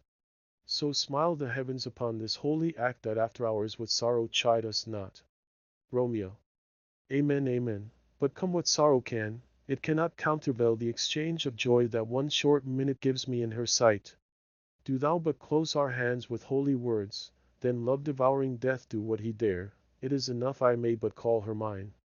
Friar Lawrence. These violent delights have violent ends, and in their triumph die, like fire and powder, which is the kiss consume. The sweetest honey is loathsome in his own deliciousness, and in the taste confounds the appetite. Therefore love moderately, long love doth so, too swift arrives as tardy as too slow. Enter Juliet. Here comes the lady. Oh, so light a foot will ne'er wear out the everlasting flint.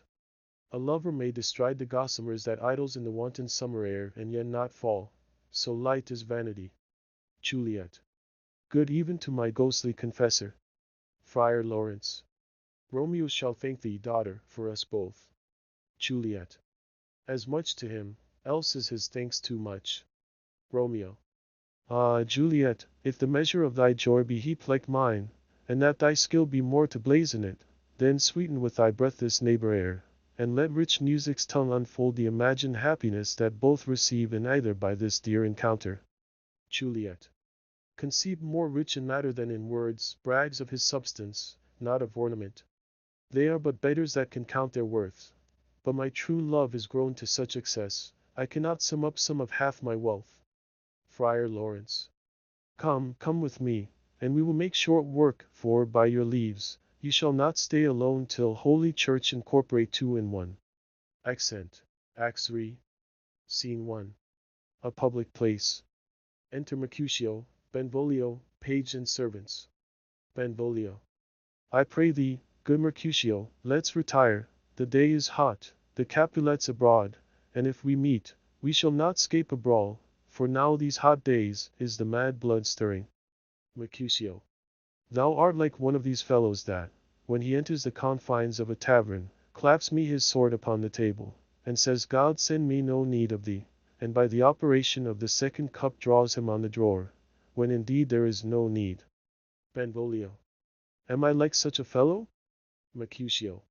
Come, come, thou art as hot a jack in thy mood as any in Italy, and as soon moved to be moody, and as soon moody to be moved. Benvolio. And what two? Mercutio.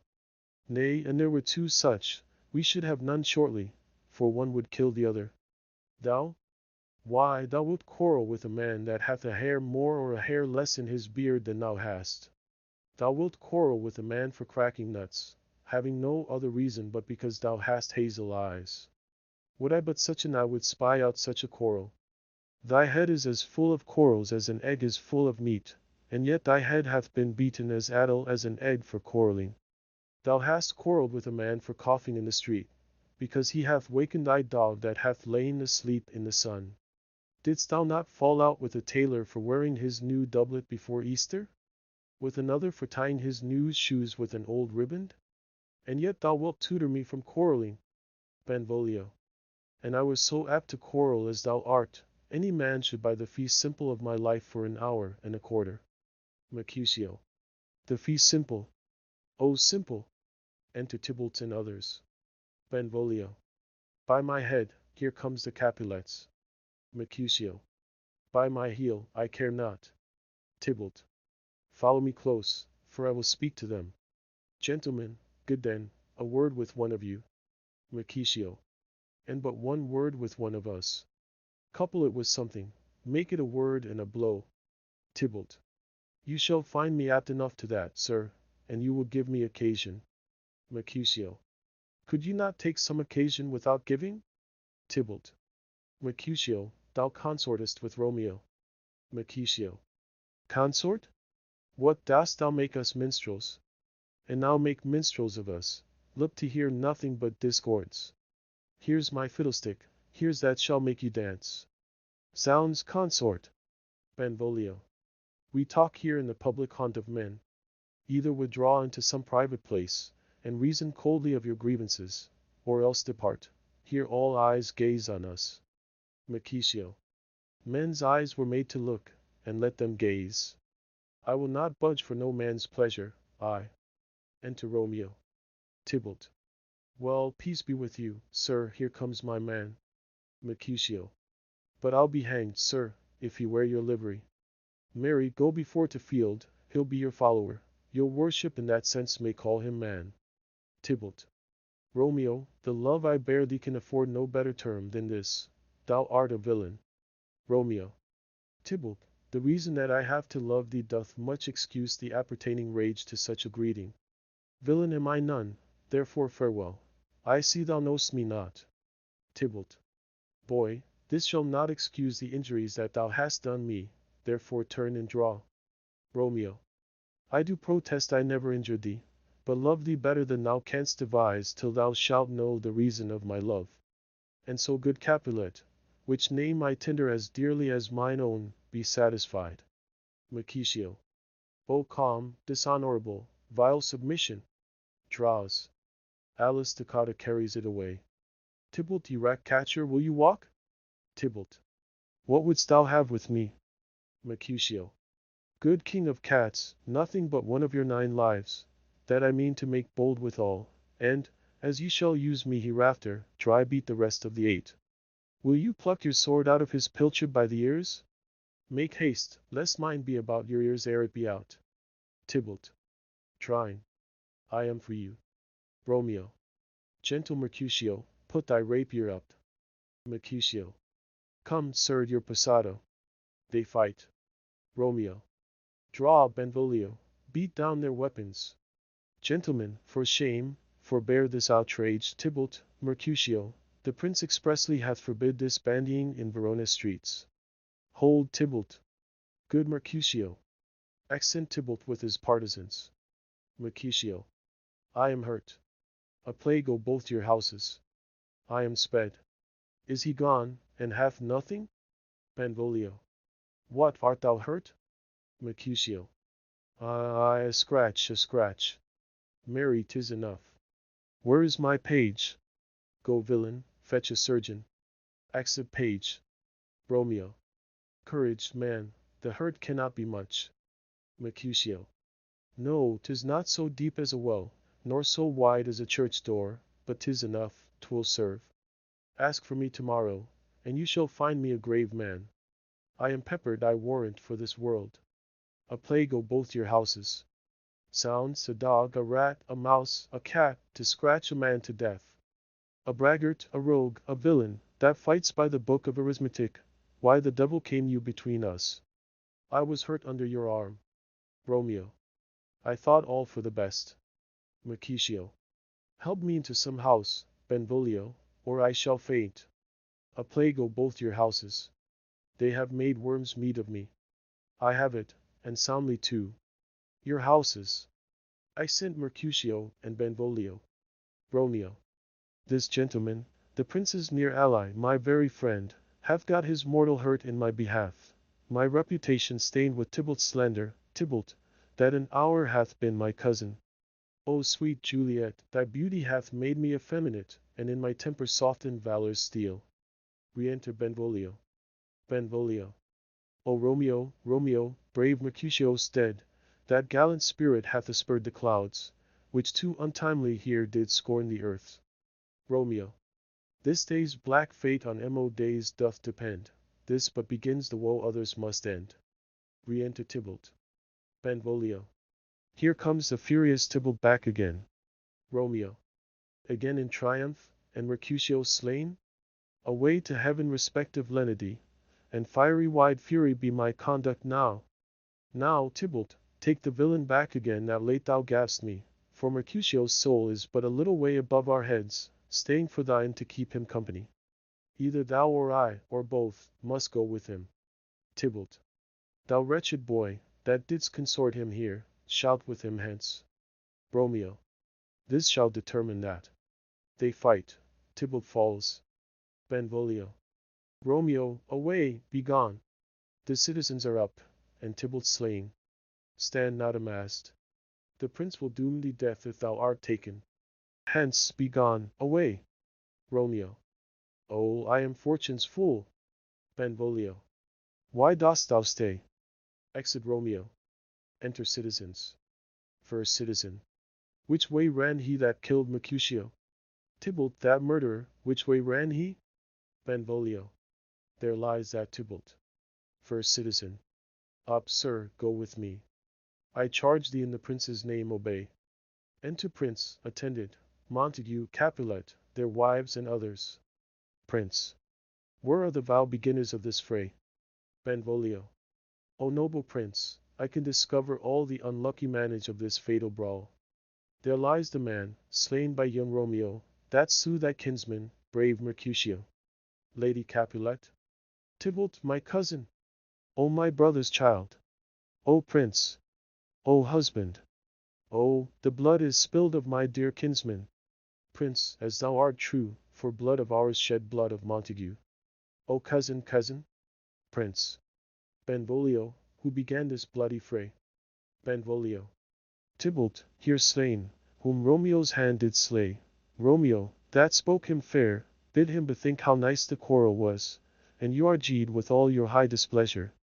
All this uttered with gentle breath, calm look, knees humbly bowed, could not take truce with the unruly spleen of Tybalt, deaf to peace, but that he tilts with piercing steel at bold Mercutio's breast, who, all is hot, turns deadly point to point, and with a martial scorn, with one hand beats cold death aside, and with the other sends it back to Tybalt, whose dexterity retorts it. Romeo, he cries aloud, hold, friends. Friends, part, and swifter than his tongue, his agile arm beats down their fatal points, and twixt them wreshes, underneath whose arm an envious thrust from Tybalt hit the life of stout Mercutio, and then Tybalt fled. But by and by comes back to Romeo, who had but newly entertained revenge, and to they go like lightning, for, ere I could draw to part them was stout Tybalt slain, and as he fell did Romeo turn and fly. This is the truth, or let Benvolio die. Lady Capulet. He is a kinsman to the Montague. Affection makes him false, he speaks not true. Some 20 of them fought in this black strife, and all those 20 could but kill one life. I beg for justice, which thou, prince, must give. Romeo slew Tybalt, Romeo must not live. Prince. Romeo slew him, he slew Mercutio. Who now the price of his dear blood doth owe? Montague. Not Romeo, prince, he was Mercutio's friend. His fault concludes but what the law should end, the life of Tybalt. Prince. And for that offense immediately we do exile him hence. I have an interest in your hate's proceeding, my blood for your rude brawls doth lie a bleeding. But Alla mercy was so strong a fine that you shall all repent the loss of mine. I will be deaf to pleading and excuses, nor tears nor prayers shall purchase out abuses. Therefore use none. Let Romeo hence in haste, else, when he is found, that hour is his last. Bear hence this body, and attend our will. Mercy but murders, pardoning those that kill. Accent. Scene 2. A room in Capulet's house. Enter Juliet. Juliet. Gallop apace, you fiery-footed steeds, towards Phoebus' lodging. Such a wagoner as Phaeton would whip you to the west and bring in cloudy night immediately. Spread thy close curtain, love-performing night, that runaway's eyes may wake, and Romeo leap to these arms, untalked of and unseen. Lovers can see to do their amorous rites by their own beauties, or, if love be blind, it best agrees with night. Come, civil night, thou sober-suited matron, all in black, and learn me how to lose a winning match, played for a pair of stainless maidenhoods. Hood my unmanned blood, bathing in my cheeks, with thy black mantle, till strange love grow bold, think true love acted simple modesty. Come, night, come Romeo, come thou day and night, for thou wilt lie upon the wings of night whiter than new snow upon a raven's back. Come gentle night, come loving black-browed night, give me my Romeo, and when I shall die, take him and cut him out in little stars, and he will make the face of heaven so fine that all the world will be in love with night, and pay no worship to the garish sun. Oh, I have bought the mansion of a love, but not possessed it, and though I am sold, not yet enjoyed. So tedious is this day as is the night before some festival to an impatient child that hath new robes and may not wear them. Oh, here comes my nurse, and she brings news, and every tongue that speaks but Romeo's name speaks heavenly eloquence. Enter nurse, with cords. Now, nurse, what news? What hast thou there? The cords that Romeo bid thee fetch? Nurse. Aye, the cords. Throws them down. Juliet. Ay me, what news? Why dost thou wring thy hands? Nurse. Ah, well-a-day, he's dead, he's dead, he's dead. We are undone, lady, we are undone. Alack the day, he's gone, he's killed, he's dead. Juliet. Can heaven be so envious? Nurse. Romeo can, though heaven cannot. O Romeo, Romeo. Who ever would have thought it? Romeo. Juliet. What devil art thou, that dost torment me thus? This torture should be roared in dismal hell. Hath Romeo slain himself? Say thou but I, and that bare vowel I shall poison more than the death-darting eye of cockatrice. I am not I if there be such an eye, or those eyes shut that make the answer I. If he be slain, say I, or if not, no. Brief sounds determine of my weal or woe. Nurse. I saw the wound, I saw it with mine eyes, God save the mark, here on his manly breast. A piteous corse, a bloody piteous corse, pale, pale as ashes, all bedaubed in blood, all in gore blood. I swooned at the sight. Juliet. Oh, break, my heart. Per bankrout, break at once. To prison, eyes, ne'er look on liberty. Vile earth to earth resign, and motion here, and now in Romeo press one heavy bier. Nurse. O Tybalt, Tybalt, the best friend I had. O courteous Tybalt, honest gentleman, that ever I should live to see thee dead. Juliet. What storm is this that blows so contrary? Is Romeo slaughtered and is Tybalt dead? My dearest cousin, and my dear lord? Then dreadful trumpets sound the general doom, for who is living, if those two are gone? Nurse. Tybalt is gone, and Romeo banished, Romeo that killed him, he is banished. Juliet. O God! Did Romeo's hand shed Tybalt's blood? Nurse. It did, alas the day it did. Juliet. O serpent heart, hid with a flowering face! Did ever dragon keep so fair a cave? Beautiful tyrant, fiend angelical, dove-feathered raven, wolvish ravening lamb, despised substance of divinest show, just opposite to what thou justly seem'st, a damned saint, an honorable villain. O nature, what hadst thou to do in hell when thou didst bower the spirit of a fiend in mortal paradise of such sweet flesh? Was ever book containing such foul matter so fairly bound? Oh, that deceit should dwell in such a gorgeous palace. Nurse. There's no trust, no faith, no honesty in men. All perjured, all forsworn, all not, all dissemblous. Ah, where's my Nan? Give me some aqua vitae. These griefs, these woes, these sorrows make me old. Shame come to Romeo. Juliet. Blistered be thy tongue for such a wish. He was not born to shame. Upon his brow shame is ashen to sit, for 'tis a throne where honor may be crowned sole monarch of the universal earth. Oh, what a beast was I to chide at him! Nurse. Will ye speak well of him that killed your cousin? Juliet. Shall I speak ill of him that is my husband? Ah, poor my lord, what tongue shall smooth thy name, when I thy 3 hours wife have mangled it? But wherefore, villain, didst thou kill my cousin? That villain cousin would have killed my husband. Back, foolish tears, back to your native spring, your tributary drops belong to woe, which you mistaking offer up to joy. My husband lives, that Tybalt would have slain, and Tybalt's dead, that would have slain my husband. All this is comfort, wherefore weep I then? Some word there was, worser than Tybalt's death, that murdered me. I would forget it fain, but oh, it presses to my memory like damned guilty deeds to sinners' minds. Tybalt is dead, and Romeo banished. That banished, that one word banished, has slain 10,000 Tybalts. Tybalt's death was woe enough, if it had ended there. Or if sour woe delights in fellowship, and needly will be ranked with other griefs, why follow not, when she said Tybalt's dead, thy father or thy mother, nay or both, which modern lamentation might have MOV'd? But with a reward following Tybalt's death, Romeo is banished. To speak that word is father, mother, Tybalt, Romeo, Juliet, all slain, all dead. Romeo is banished, there is no end, no limit, measure, bound, in that word's death, no words can that woe sound. Where is my father and my mother, nurse? Nurse. Weeping and wailing over Tybalt's corse. Will you go to them? I will bring you thither. Juliet. Wash they his wounds with tears. Mine shall be spent, when theirs are dry, for Romeo's banishment. Take up those cords. Poor ropes, you are beguiled, both you and I, for Romeo is exiled. He made you for a highway to my bed, but I, a maid, die maiden widowed.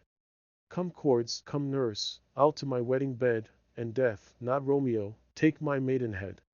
Nurse. Hie to your chamber. I'll find Romeo to comfort you. I wot well where he is. Hark ye, your Romeo will be here at night.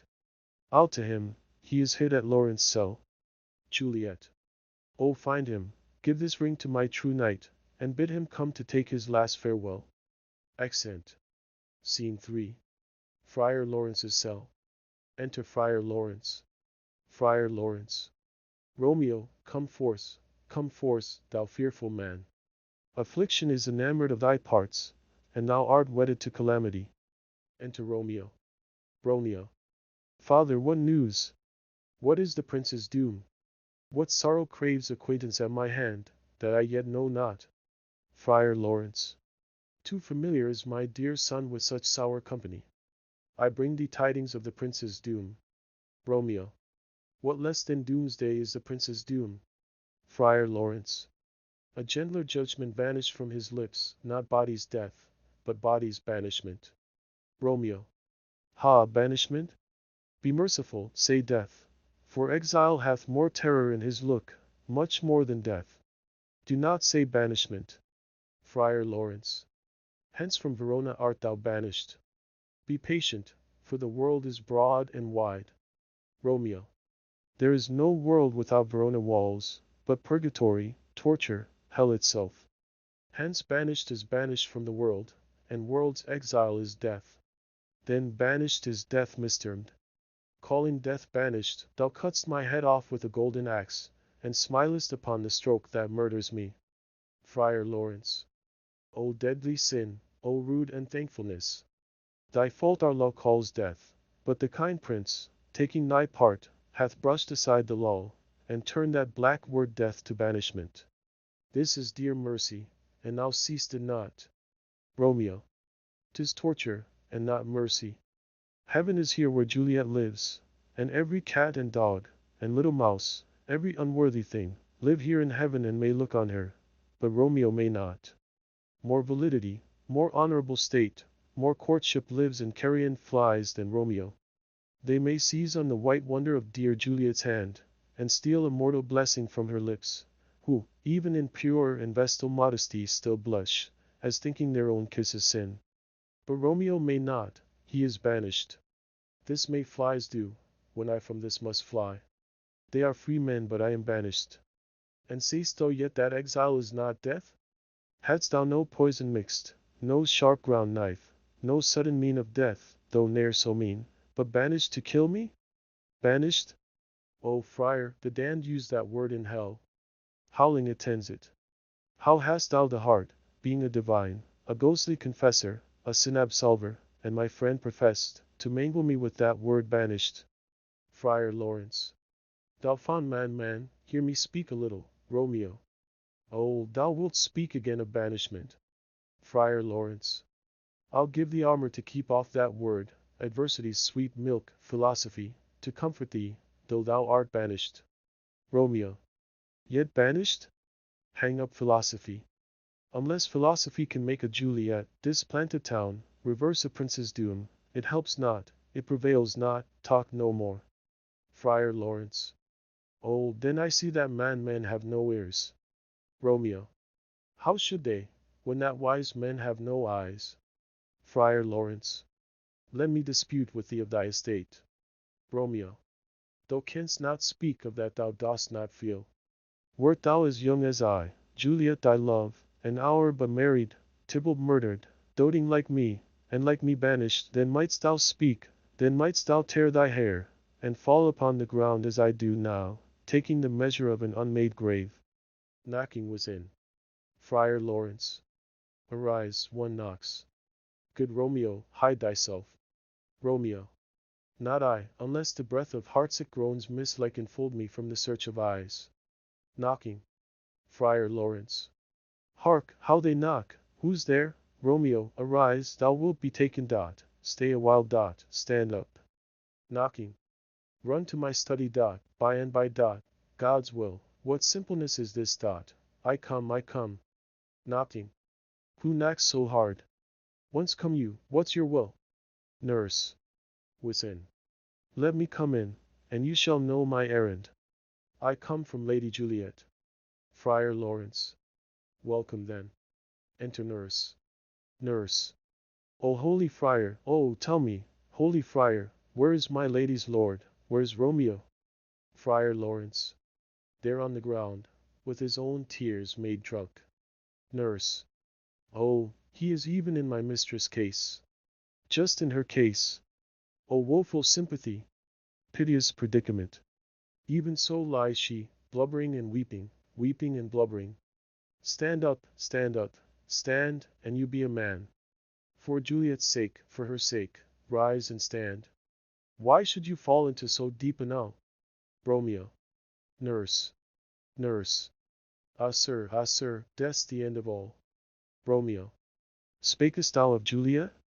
How is it with her? Doth not she think me an old murderer, now I have stained the childhood of our joy with blood removed but little from her own? Where is she?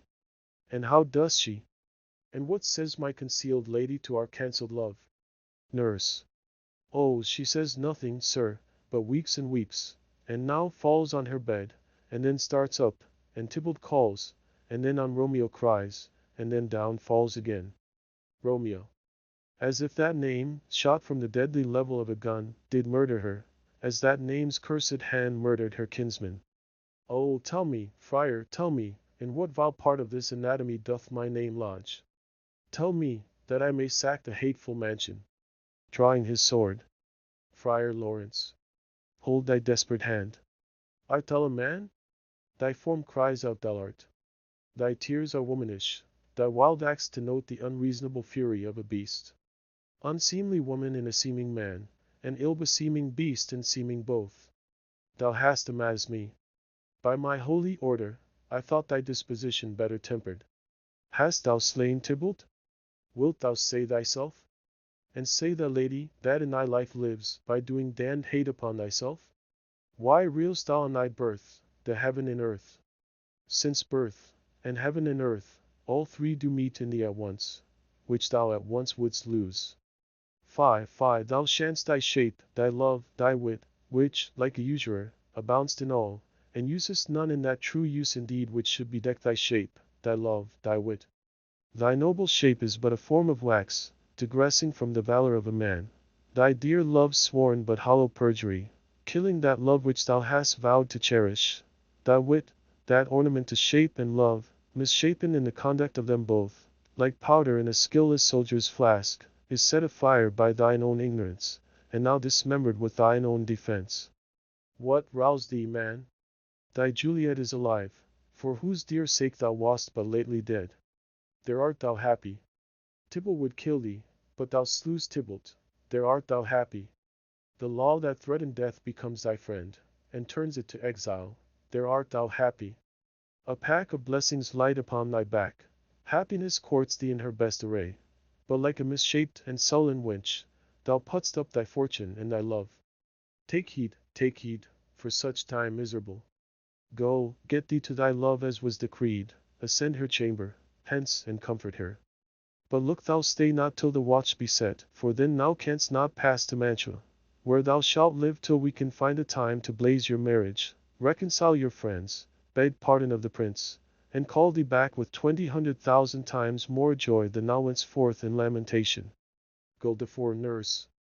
Commend me to thy lady, and bid her hasten all the house to bed, which heavy sorrow makes them apt unto. Romeo is coming.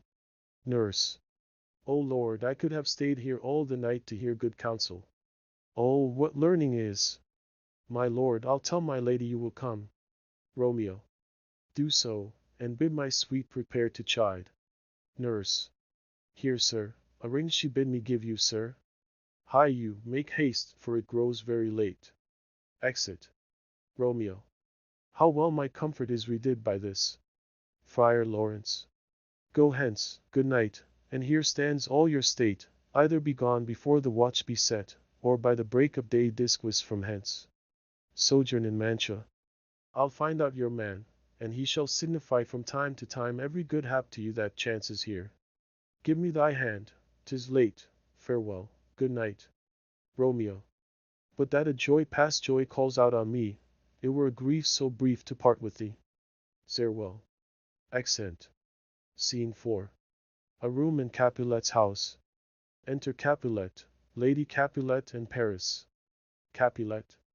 Things have fallen out, sir, so unluckily that we have had no time to move our daughter. Look you, she loved her kinsman Tybalt dearly, and so did I. Well, we were born to die. 'Tis very late, she'll not come down tonight. I promise you, but for your company, I would have been abed an hour ago. Paris. These times of all afford no tune to woo. Madam, good night. Commend me to your daughter. Lady Capulet. I will, and know her mind early tomorrow. Tonight she's mewed up to her heaviness. Capulet. Sir Paris, I will make a desperate tender of my child's love. I think she will be arguelled in all respects by me, nay more, I doubt it not.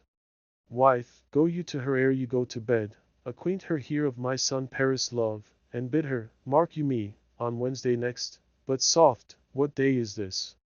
Paris. Monday, my lord. Capulet.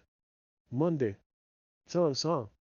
Well, Wednesday is too soon, a Thursday let it be, a Thursday, tell her, she shall be married to this noble earl.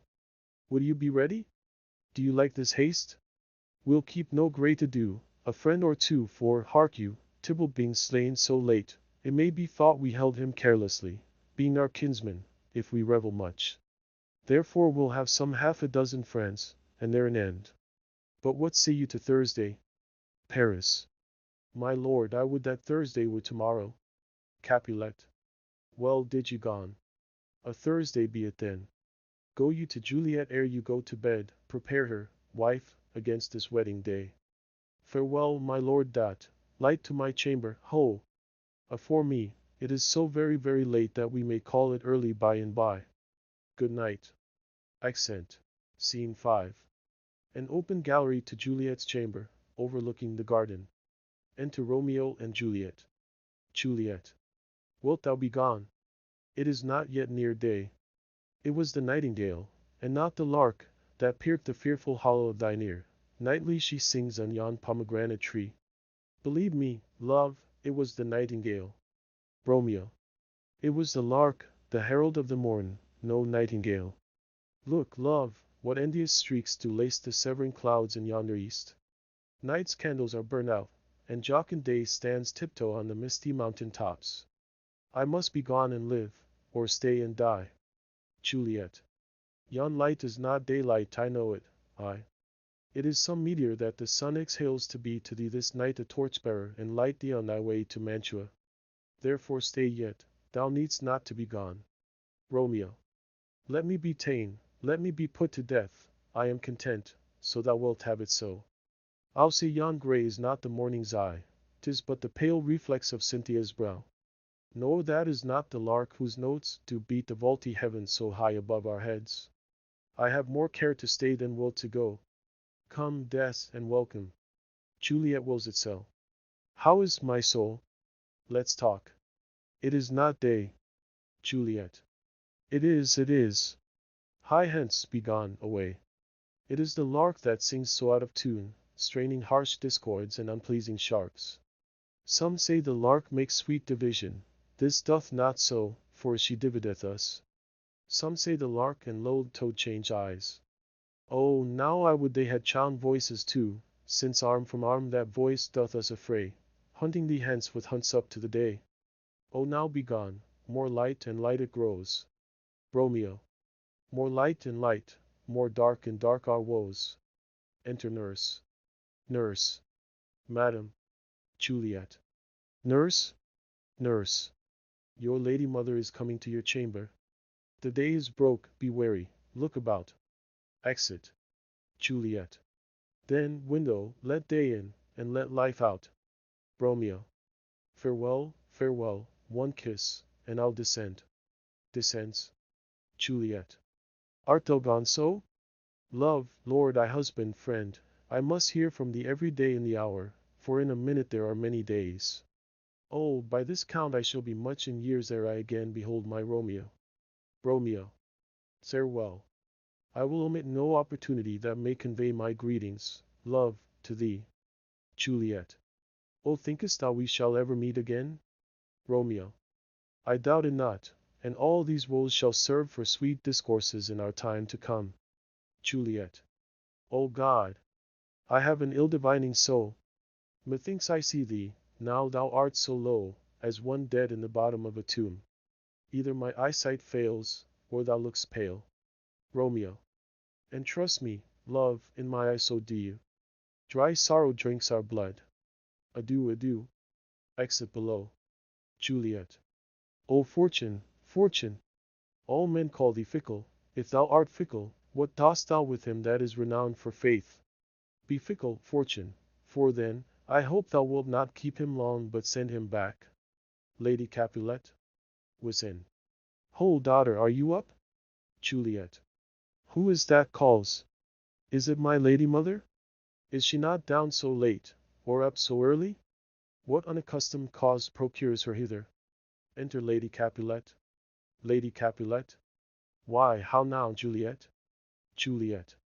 Madam, I am not well. Lady Capulet. Evermore weeping for your cousin's death? What, wilt thou wash him from his grave with tears? And if thou couldst not make him live. Therefore have done. Some grief shows much of love, but much of grief shows still somewhat of wit. Juliet. Yet let me weep for such a feeling loss.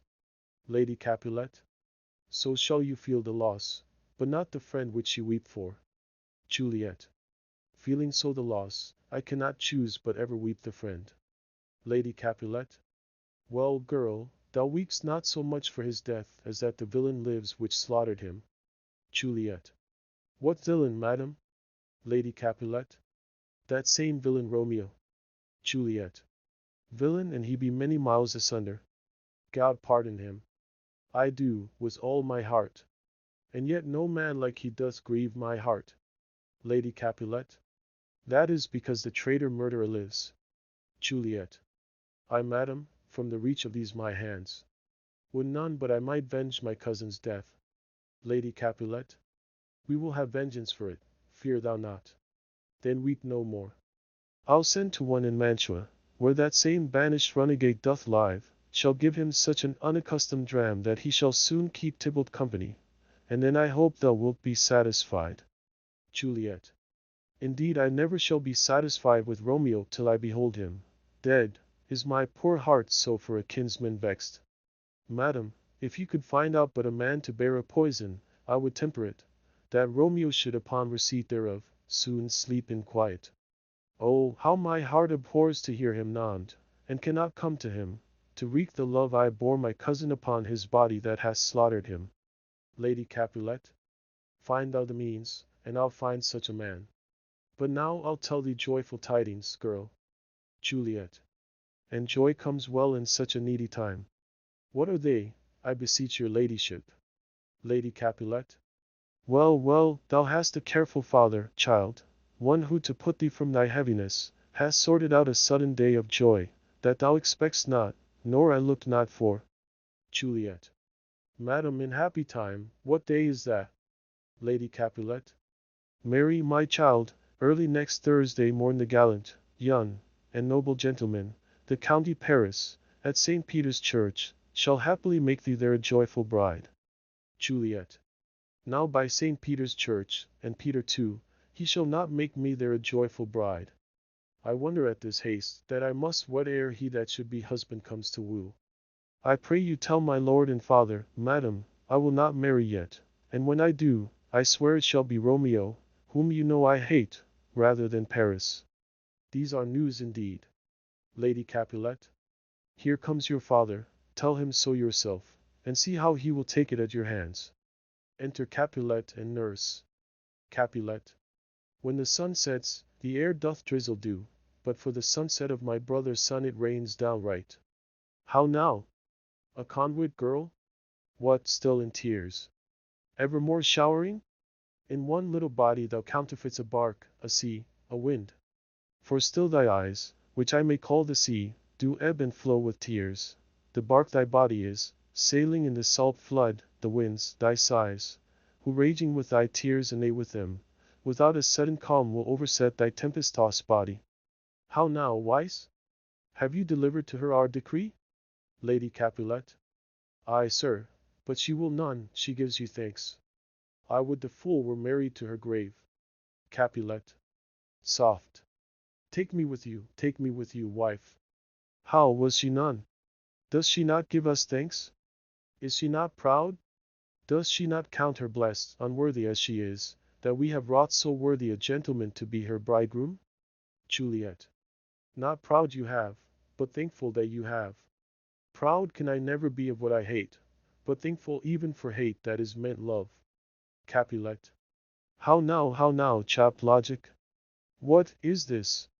Proud, and I thank you, and I thanked you not, and yet not proud. Mistress Minion you, thank me no thankings, nor proud me no prouds, but fettle your fine joints gains Thursday next to go with Paris to St. Peter's Church, or I will drag thee on a hurdle thither. Out, you green sickness carrion! Out, you baggage! You tallow face! Lady Capulet. Sigh. What, are you mad? Juliet. Good father, I beseech you on my knees, hear me with patience but to speak a word. Capulet. Hang the young baggage, disobedient wretch. I tell thee what, get thee to church a Thursday, or never after look me in the face. Speak not, reply not, do not answer me. My fingers itch. Wife, we scarce thought us blessed that God had lent us but this only child, but now I see this one is one too much, and that we have a curse in having her. Out on her, Hilding. Nurse. God in heaven bless her. You are to blame, my lord, to rate her so. Capulet. And why, my lady Wisdom? Hold your tongue, good Prudence, smatter with your gossips, go. Nurse. I speak no treason. Capulet. O God, ye good end. Nurse. May not one speak? Capulet. Peace, you mumbling fool. Utter your gravity or a gossip's bowl, for here we need it not. Lady Capulet. You are too hot. Capulet. God's bread, it makes me mad. Day, night, hour, ride, time, work, play, alone, in company, still my care hath been to have her matched, and having now provided a gentleman of noble parentage, of fair domains, youthful, and nobly allied, stuffed, as they say, with honorable parts, proportioned as one's thought would wish a man, and then to have a wretched puling fool, a whining mammet, in her fortune's tender, to answer, I'll not wed, I cannot love, I am too young. I pray you pardon me. But, an you will not wed, I'll pardon you. Graze where you will, you shall not house with me. Look to, think on't, I do not use to jest. Thursday is near, lay hand on heart, advise. An you be mine, I'll give you to my friend. An you be not, hang, beg, starve, die in the streets, for by my soul, I'll ne'er acknowledge thee, nor what is mine shall never do thee good. Trust it, bethink you, I'll not be forsworn. Exit. Juliet. Is there no pity sitting in the clouds, that sees into the bottom of my grief?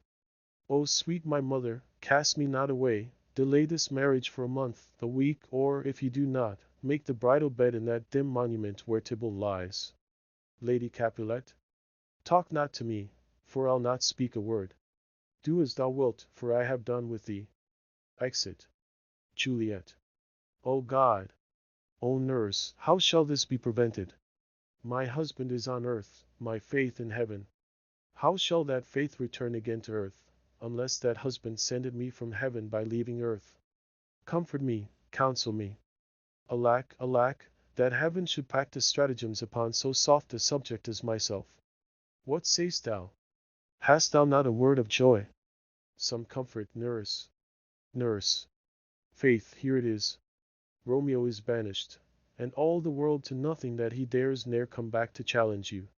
Or if he do, it needs must be by stealth. Then, since the case so stands as now it doth, I think it best you married with the county. Oh, he's a lovely gentleman.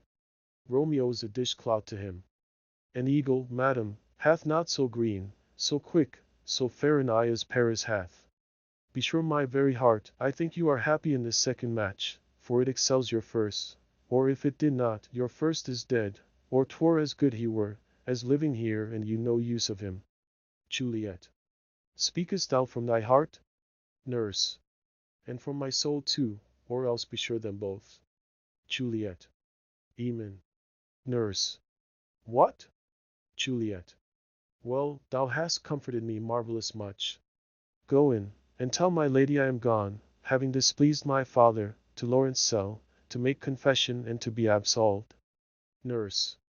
Marry, I will, and this is wisely done. Exit. Juliet. Ancient damnation!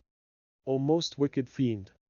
Is it more sin to wish me thus forsworn, or to dispraise my lord with that same tongue which she hath praised him with above compare so many thousand times? Go, counsellor. Thou and my bosom henceforth shall be twain. I'll to the friar to know his remedy. If all else fail, myself have power to die. Exit. Act 4. Scene 1. Friar Lawrence's cell. Enter Friar Lawrence and Paris. Friar Lawrence.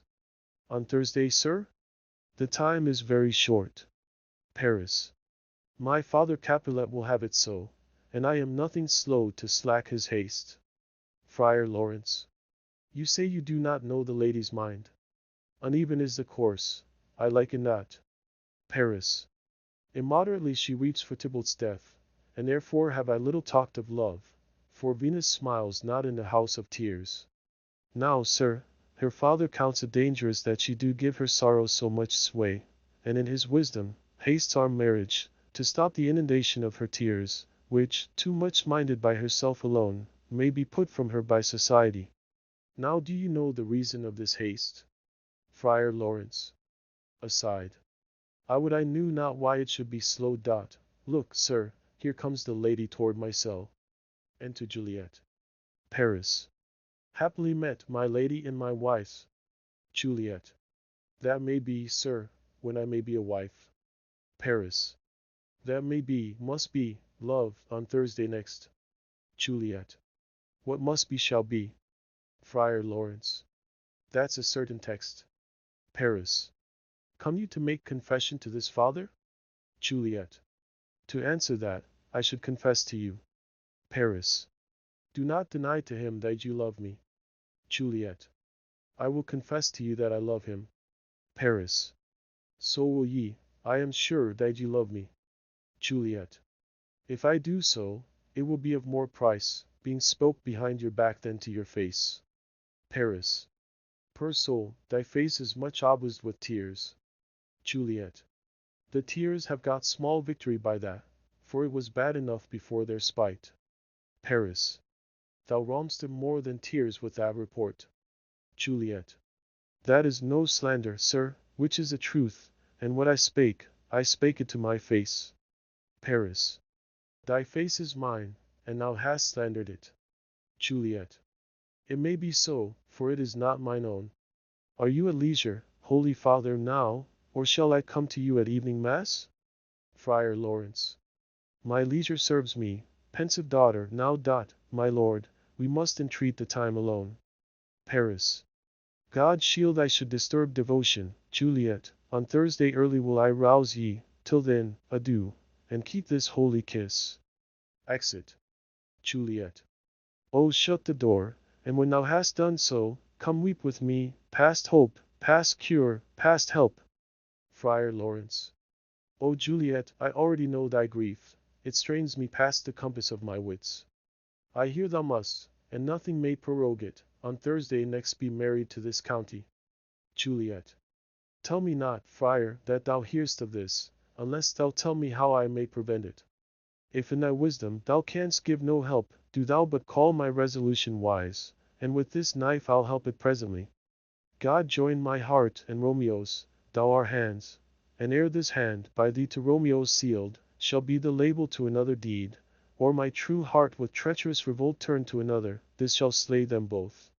Therefore, out of thy long experient time, give me some present counsel, or behold twixt my extremes and me this bloody knife shall play the empire, arbitrating that which the commission of thy years and art could to no issue of true honor bring.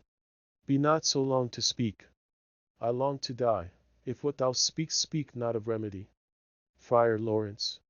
Hold, daughter. I do spy a kind of hope, which craves as desperate an execution as that is desperate which we would prevent. If, rather than to marry County Paris thou hast the strength of will to slay thyself, then is it likely thou wilt undertake a thing like death to chide away this shame, that copes with death himself to scape from it. And if thou darest, I'll give thee remedy. Juliet. Oh, bid me leap, rather than marry Paris, from off the battlements of yonder tower, or walk in thievish ways, or bid me lurk where serpents are. Chain me with roaring bears, or hide me nightly in a charnel house, or cover thee quite with dead men's rattling bones, with reeky shanks and yellow chapless skulls. Or bid me go into a new-made grave, and hide me with a dead man in his shroud, things that, to hear them told, have made me tremble, and I will do it without fear or doubt, to live an unstained wife to my sweet love. Friar Lawrence. Hold then. Go home, be merry, give consent to marry Paris. Wednesday is tomorrow. Tomorrow night look that thou lie alone, let not thy nurse lie with thee in thy chamber. Take thou this vial, being then in bed, and this distilled liquor drink thou off, when presently through all thy veins shall run a cold and drowsy humor, for no pulse shall keep his native progress, but surcease. No warmth, no breath shall testify thou livest, the roses in thy lips and cheeks shall fade to polyashes, thy eyes' windows fall, like death when he shuts up the day of life. Each part deprived of supple government, shall stiff and stark and cold appear like death. And in this borrowed likeness of shrunk death thou shalt continue 42 hours, and then awake as from a pleasant sleep. Now when the bridegroom in the morning comes to rouse thee from thy bed, there art thou dead. Then as the manner of our country is, in thy best robes, uncovered on the bier, thou shalt be borne to that same ancient vault where all the kindred of the Capulets lie. In the meantime, against thou shalt awake, shall Romeo by my letters know our drift, and hither shall he come, and he and I will watch thy waking, and that very night shall Romeo bear thee hence to Mantua. And this shall free thee from this present shame, if no inconstant toy nor womanish fear abate thy valor in the acting it. Juliet. Give me, give me. Oh, tell not me of fear. Friar Lawrence. Hold, get you gone, be strong and prosperous in this resolve. I'll send a friar with speed to Mantua, with my letters to thy lord. Juliet. Love give me strength, and strength shall help afford. Farewell, dear father. Accent. Scene 2. Hall in Capulet's house. Enter Capulet, Lady Capulet, nurse and servants. Capulet. So many guests invite as he are writ. Exit first servant. Sirrah, go hire me 20 cunning cooks. Second servant. You shall have none ill, sir, for I'll try if they can lick their fingers. Capulet. How canst thou try them so? Second servant. Marry, sir, 'tis an ill cook that cannot lick his own fingers. Therefore he that cannot lick his fingers goes not with me. Capulet. Cole, begone. Exit second servant. We shall be much unfurnished for this time. What, is my daughter gone to Friar Lawrence? Nurse. Ay, forsooth. Capulet. Well, he may chance to do some good on her. A peevish self-willed harlotry it is. Enter Juliet. Nurse. See where she comes from shrift with merry look. Capulet. How now, my headstrong? Where have you been gaddying? Juliet. Where I have learned me to repent the sin of disobedient opposition to you and your behests, and am enjoined by holy Lawrence to fall prostrate here, to beg your pardon. Pardon, I beseech you. Henceforward I am ever upheld by you. Capulet. Send for the county, go tell him of this. I'll have this knot knit up tomorrow morning. Juliet. I knit the youthful lord at Lawrence's cell, and gave him what becomed love I might, not stepping over the bounds of modesty. Capulet. Why, I am glad on't. This is well. Stand up. This is as should be. Let me see the county. Ay, marry. Go, I say, and fetch him hither. Now afore God, this reverend holy friar, all our whole city is much bound to him. Juliet. Nurse, will you go with me into my closet, to help me sort such needful ornaments as you think fit to furnish me tomorrow? Lady Capulet. No, not till Thursday. There is time enough. Capulet. Go, nurse, go with her. Will to church tomorrow. Exeunt Juliet and nurse. Lady Capulet. We shall be short in our provision, 'tis now near night. Capulet. Tush, I will stir about, and all things shall be well, I warrant thee, wife. Go thou to Juliet, help to deck up her. I'll not to bed tonight, let me alone. I'll play the housewife for this once. What, ho, they are all forth. Well, I will walk myself to County Paris, to prepare him up against tomorrow. My heart is wondrous light, since this same wayward girl is so reclaimed. Accent. Scene 3. Juliet's chamber. Enter Juliet and nurse. Juliet. Ay, those attires are best. But, gentle nurse, I pray thee leave me to myself tonight, for I have need of many orisons to move the heavens to smile upon my state, which, well thou know'st, is cross and full of sin. Enter Lady Capulet. Lady Capulet. What, are you busy, ho? Need you my help? Juliet. No, madam, we have culled such necessaries as are behoveful for our state tomorrow. So please you, let me now be left alone, and let the nurse this night sit up with you, for I am sure you have your hands full all in this so sudden business. Lady Capulet. Good night. Get thee to bed and rest, for thou hast need. Exeunt Lady Capulet and nurse. Juliet. Farewell. God knows when we shall meet again. I have a faint cold fear thrills through my veins that almost freezes up the heat of life. I'll call them back again to comfort me. Nurse, what should she do here? My dismal scene I needs must act alone. Come, Vio. What if this mixture do not work at all? Shall I be married then tomorrow morning? No, no. This shall forbid it. Lie thou there. Laying down her dagger. What if it be a poison, which the friar subtly hath ministered to have me dead, lest in this marriage he should be dishonored, because he married me before to Romeo? I fear it is. And yet methinks it should not, for he has still been tried a holy man. How if, when I am laid into the tomb, I'll wake before the time that Romeo come to redeem me. There's a fearful point. Shall I not then be stifled in the vault, to whose foul mouth no wholesome breathes in, and there die strangled ere my Romeo comes? Or if I live, is it not very like the horrible conceit of death and night, together with the terror of the place, as in a vault, an ancient receptacle, where for this many hundred years the bones of all my buried ancestors are packed, where bloody Tybalt, yet but green in earth, lies festering in his shroud, where, as they say, at some hours in the night spirits resort. Alack, alack, is it not like that I, so early waking, but with loathsome smells, and shrieks like mandrakes torn out of the earth, that living mortals, hearing them, run mad? Oh, if I wake, shall I not be distraught, environed with all these hideous fears, and madly play with my forefathers' joints? And pluck the mangled Tybalt from his shroud? And in this rage, with some great kinsman's bone, as with a club dash out my desperate brains?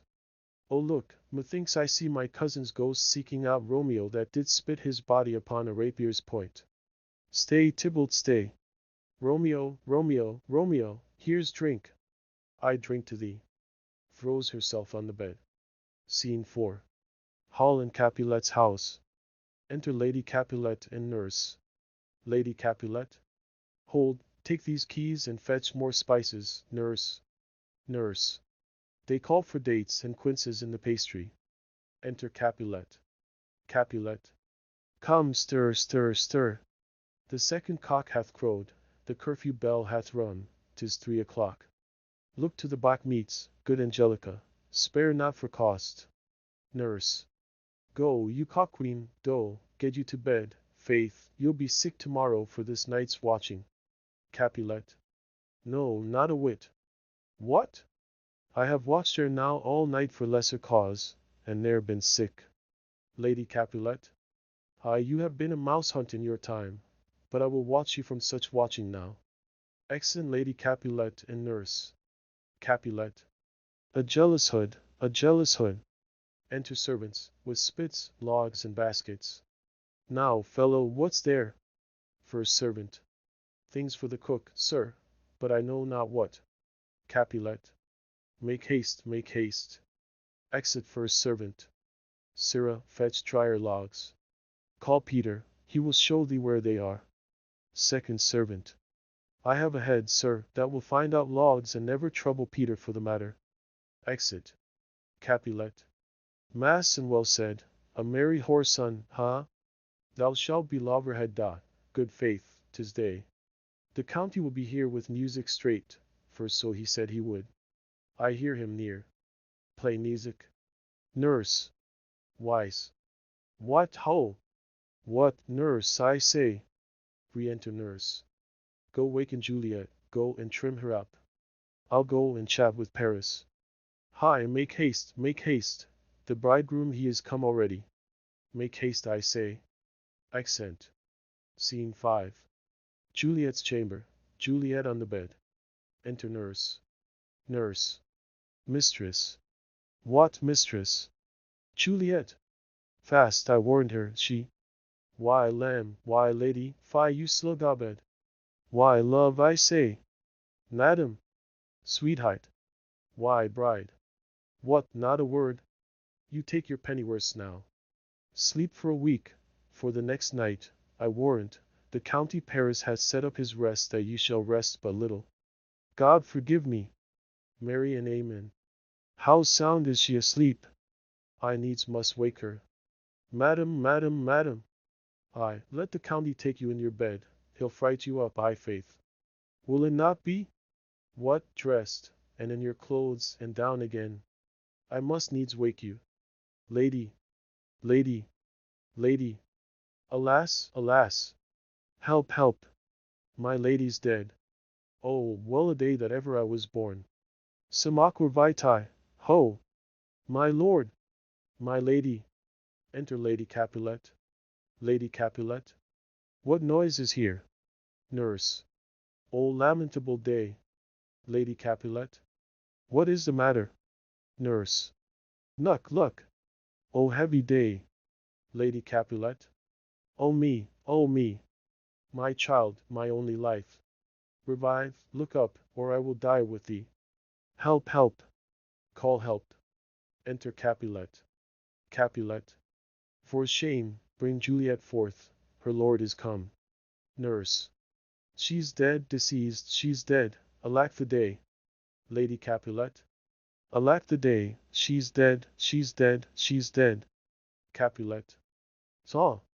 Let me see her. Odd alas. She's cold, her blood is settled and her joints are stiff. Life and these lips have long been separated.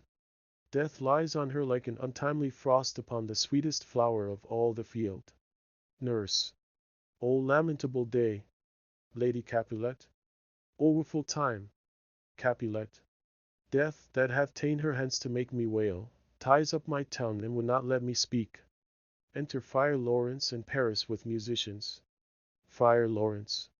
Come, is the bride ready to go to church? Capulet. Ready to go, but never to return. O son, the night before thy wedding day hath death lain with thy bride. There she lies, flower as she was, deflowered by him. Death is my son-in-law, death is my heir, my daughter he hath wedded. I will die and leave him all, life, living all is death's. Paris. Have I thought long to see this morning's face, and doth it give me such a sight as this? Lady Capulet. Accursed, unhappy, wretched, hateful day. Most miserable hour that e'er time saw in lasting labor of his pilgrimage. But one poor and loving child, but one thing to rejoice and solace in, and cruel death hath catched it from my sight. Nurse. Ay die. O woeful, woeful, woeful day. Most lamentable day, most woeful day that ever I did yet behold. O day, O day, O day, O hateful day. Never was seen so black a day as this. O woeful day, O woeful day. Paris. Beguiled, divorced, wronged, spite, slain. Most detestable death, by thee beguiled, by cruel thee quite overthrown. O laws! Bull lies!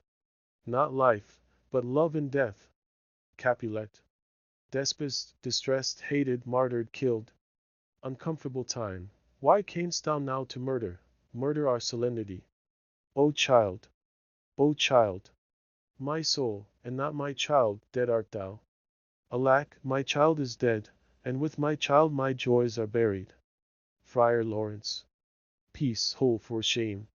Confusion's cure lives not in these confusions. Heaven and yourself had part in this fair maid, now heaven hath all, and all the better is it for the maid. Your part in her you could not keep from death, but heaven keeps his part in eternal life. The most ye sought was her promotion, for 'twas your heaven she should be advanced, and weep ye now, seeing she is advanced above the clouds, as high as heaven itself? Oh, in this love, you love your child so ill that you run mad, seeing that she is well. She is not well married that lives married long, but she is best married that dies married young. Dry up your tears, and stick your rosemary on this fair corse, and, as the custom is, and in her best array bear her to church, for though fond nature bids us all lament, yet nature's tears are reason's merriment. Capulet.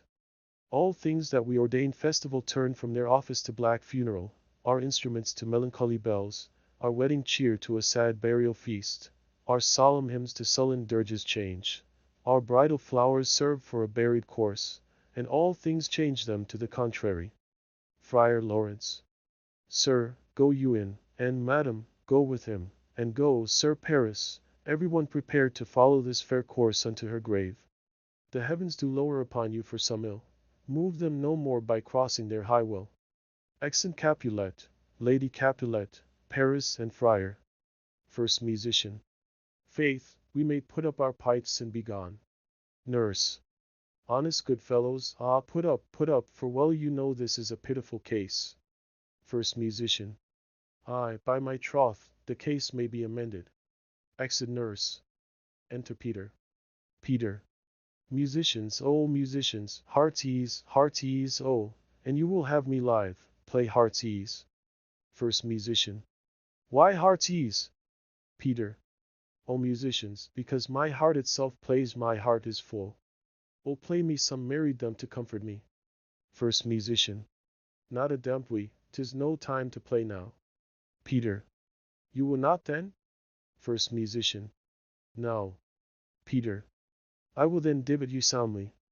First Musician. What will you give us? Peter. No money on my face, but the gleek. I will give you the minstrel. First Musician. Then will I give you the serving creature. Peter. Then will I lay the serving creature's dagger on your pate. I will carry no crotchets. I'll you. Do you know me? First Musician. And you're us and fas you knowed us. Second Musician. Pray you put up your dagger, and put out your wit. Peter. Then have at you with my wit. I will dry beat you with an iron wit, and put up my iron dagger. Answer me like men. When griping grease the heart doth wound, and doleful dumps the mind oppress, then music with her silver sound. Why silver sound? Why music with her silver sound? What say you, Simon Catling? First Musician. Marry, sir, because silver hath a sweet sound. Peter. Prates. What say you, Hugh Rebeck? Second Musician. I say silver sound because musicians sound for silver. Peter. Prates too. What say you, James Soundpost? Third Musician. Faith, I know not what to say. Peter. Oh, I cry you mercy, you are the singer.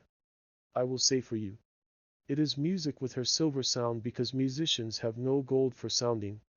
Then music with her silver sound with speedy help doth lend redress. Exit. First Musician. What a pestilent knave is this same? Second Musician. Hang him, Jack. Come, wheel in here, tarry for the mourners, and stay dinner. Accent. Act size. Scene 1. Mantua. A street. Enter Romeo. Romeo. If I may trust the flattering eye asleep, my dreams presseth some joyful news at hand. My bosom's lord sits lightly in his throne, and all this day an unaccustomed spirit lifts me above the ground with cheerful thoughts. I dreamt my lady came and found me dead, strange dream, that gives a dead man leave to think, and breathed such life with kisses in my lips, that I revived, and was an emperor.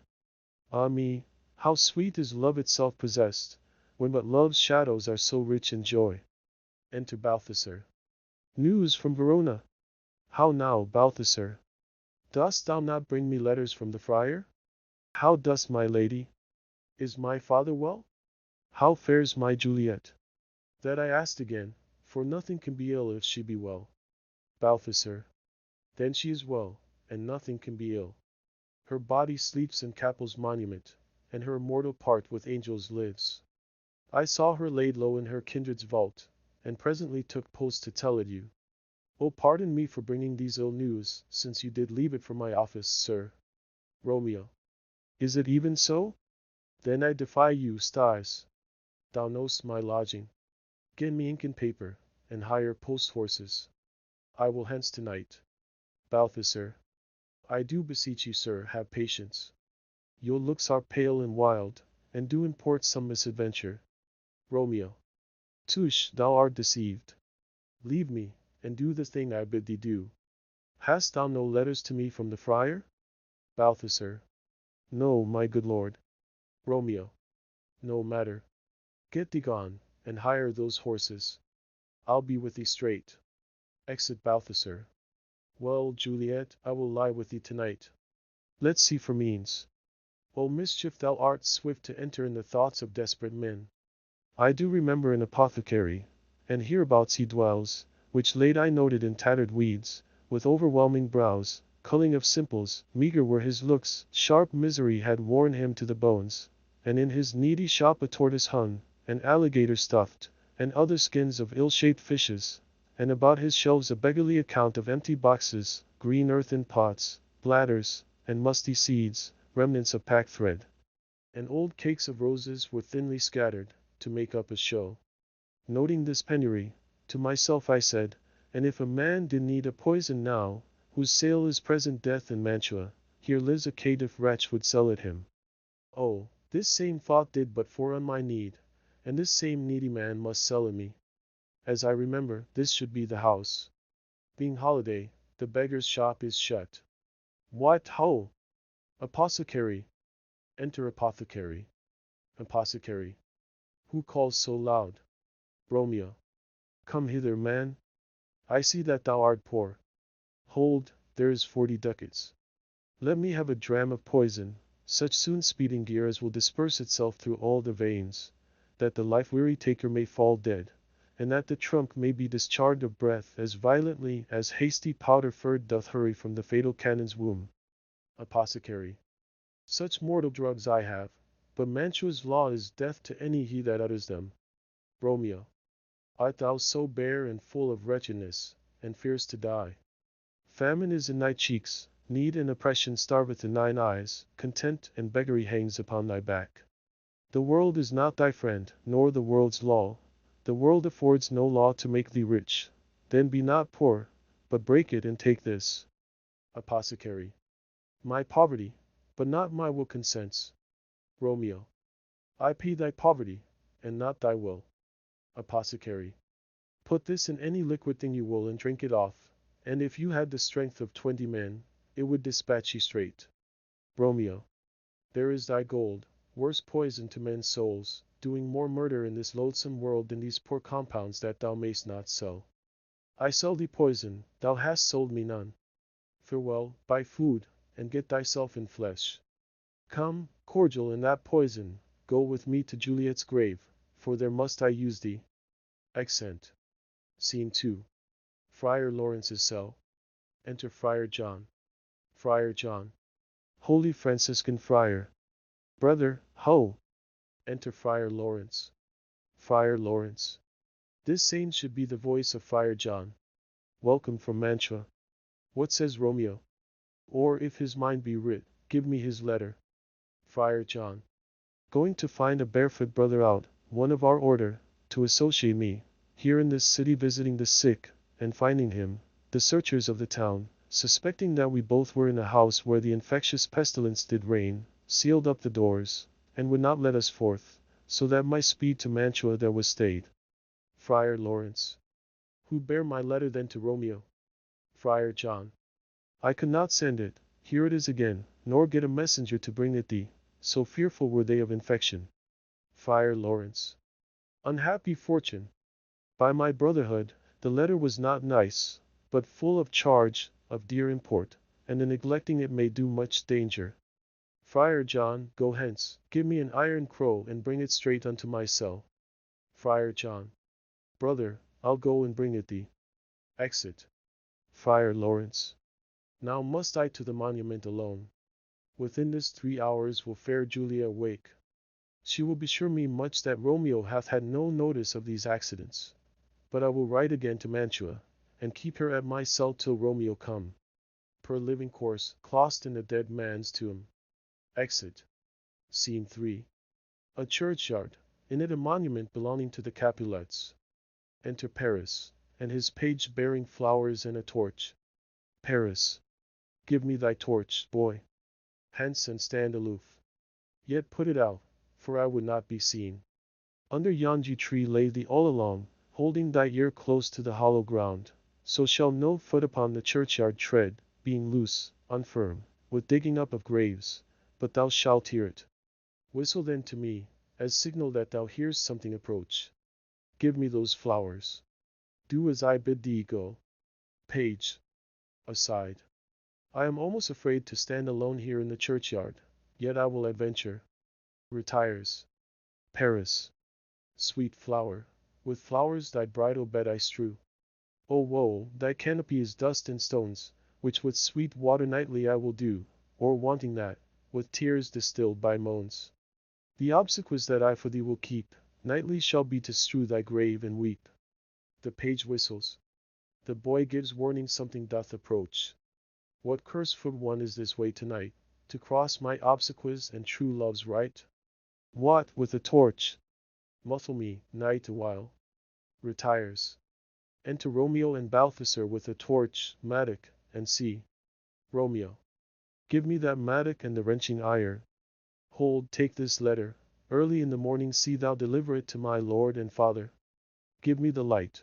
Upon thy life I charge thee, whatever thou hearest or sayest, stand all aloof and do not interrupt me in my course. Why I descend into this bed of death is partly to behold my lady's face, but chiefly to take thence from her dead finger a precious ring, a ring that I must use in dear employment. Therefore hence, be gone. But if thou jealous dost return to pry in what I further shall intend to do, by heaven I will tear thee joint by joint, and strew this humbry churchyard with thy limbs. The time and my intents are savage wild, more fierce and more inexorable far than empty tigers or the roaring sea. Balthazar. I will be gone, sir, and not trouble you. Romeo. So shalt thou show me friendship. Take thou that. Live, and be prosperous, and farewell, good fellow. Balthazar. For all the same, I'll hide me hereabout. His looks I fear, and his intents I doubt. Retires Romeo. Thou detestable maw, thou womb of death, gored with the dearest morsel of the earth, thus I enforce thy rotten jaws to open, breaking open the door of the monument. And in despite I'll cram thee with more food. Paris. This is that banished haughty Montague that murdered my love's cousin, with which grief, it is supposed, the fair creature died, and here is come to do some villainous shame to the dead bodies. I will apprehend him. Advances. Stop thy unhallowed toil, vile Montague. Can vengeance be pursued further than death? Condemned villain, I do apprehend thee. Obey, and go with me, for thou must die. Romeo. I must indeed, and therefore came I hither. Good gentle youth, tempt not a desperate man. Fly hence and leave me. Think upon these gone, let them affright thee. I beseech thee, youth, put not another sin upon my head by urging me to fury. O be gone. By heaven I love thee better than myself, for I come hither armed against myself. Stay not, be gone, live, and hereafter say, a man's mercy bid thee run away. Paris. I do defy thy conjuration, and apprehend thee for a felon here. Romeo. Wilt thou provoke me? Then have at thee, boy. They cite. Page. O Lord, they fight. I will go call the watch. Exit. Paris. Oh, I am slain. Falls. If thou be merciful, open the tomb, lay me with Juliet. Dies. Romeo. In faith I will. Let me peruse this face. Mercutio's kinsman, noble county Paris. What said my man, when my betossed soul did not attend him as we rode? I think he told me Paris should have married Juliet. Said he not so? Or did I dream it so? Or am I mad, hearing him talk of Juliet, to think it was so? Oh, give me thy hand, one writ with me in sour misfortune's book. I'll bury thee in a triumphant grave. A graze? Oh no, a lantern, sovereign youth, for here lies Juliet, and her beauty makes this vault a feasting presence full of light. Death, lie thou there, by a dead man interred. Laying Paris in the monument. How oft when men are at the point of death have they been merry, which their keepers call a lightning before death. Oh, how may I call this a lightning?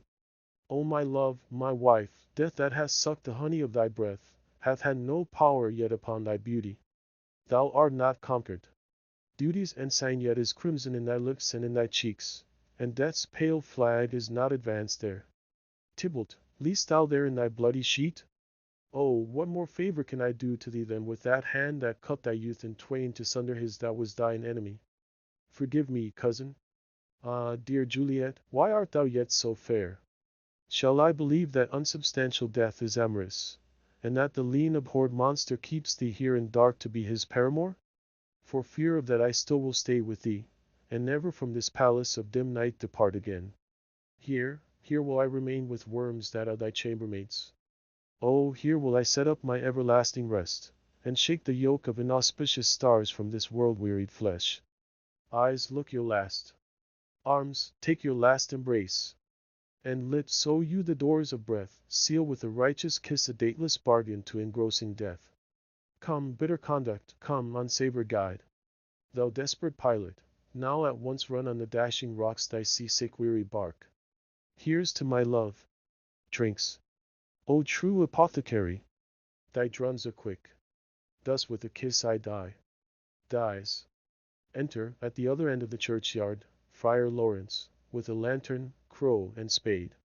Friar Lawrence. Saint Francis be my speed. How oft tonight have my old feet stumbled at graves. Who's there? Who is it that consorts so late the dead? Balthazar. Here's one, a friend, and one that knows you well. Friar Lawrence. Bliss be upon you. Tell me, good my friend, what torch is yon that vainly lends his light to grubs and eyeless skulls? As I discern, it burneth in the capel's monument. Balthazar. It does so, holy sir, and there's my master, one that you love. Friar Lawrence. Who is it? Balthazar. Romeo. Friar Lawrence. How long hath he been there? Balthazar. Full half an hour. Friar Lawrence. Go with me to the vault. Balthazar. I dare not, sir.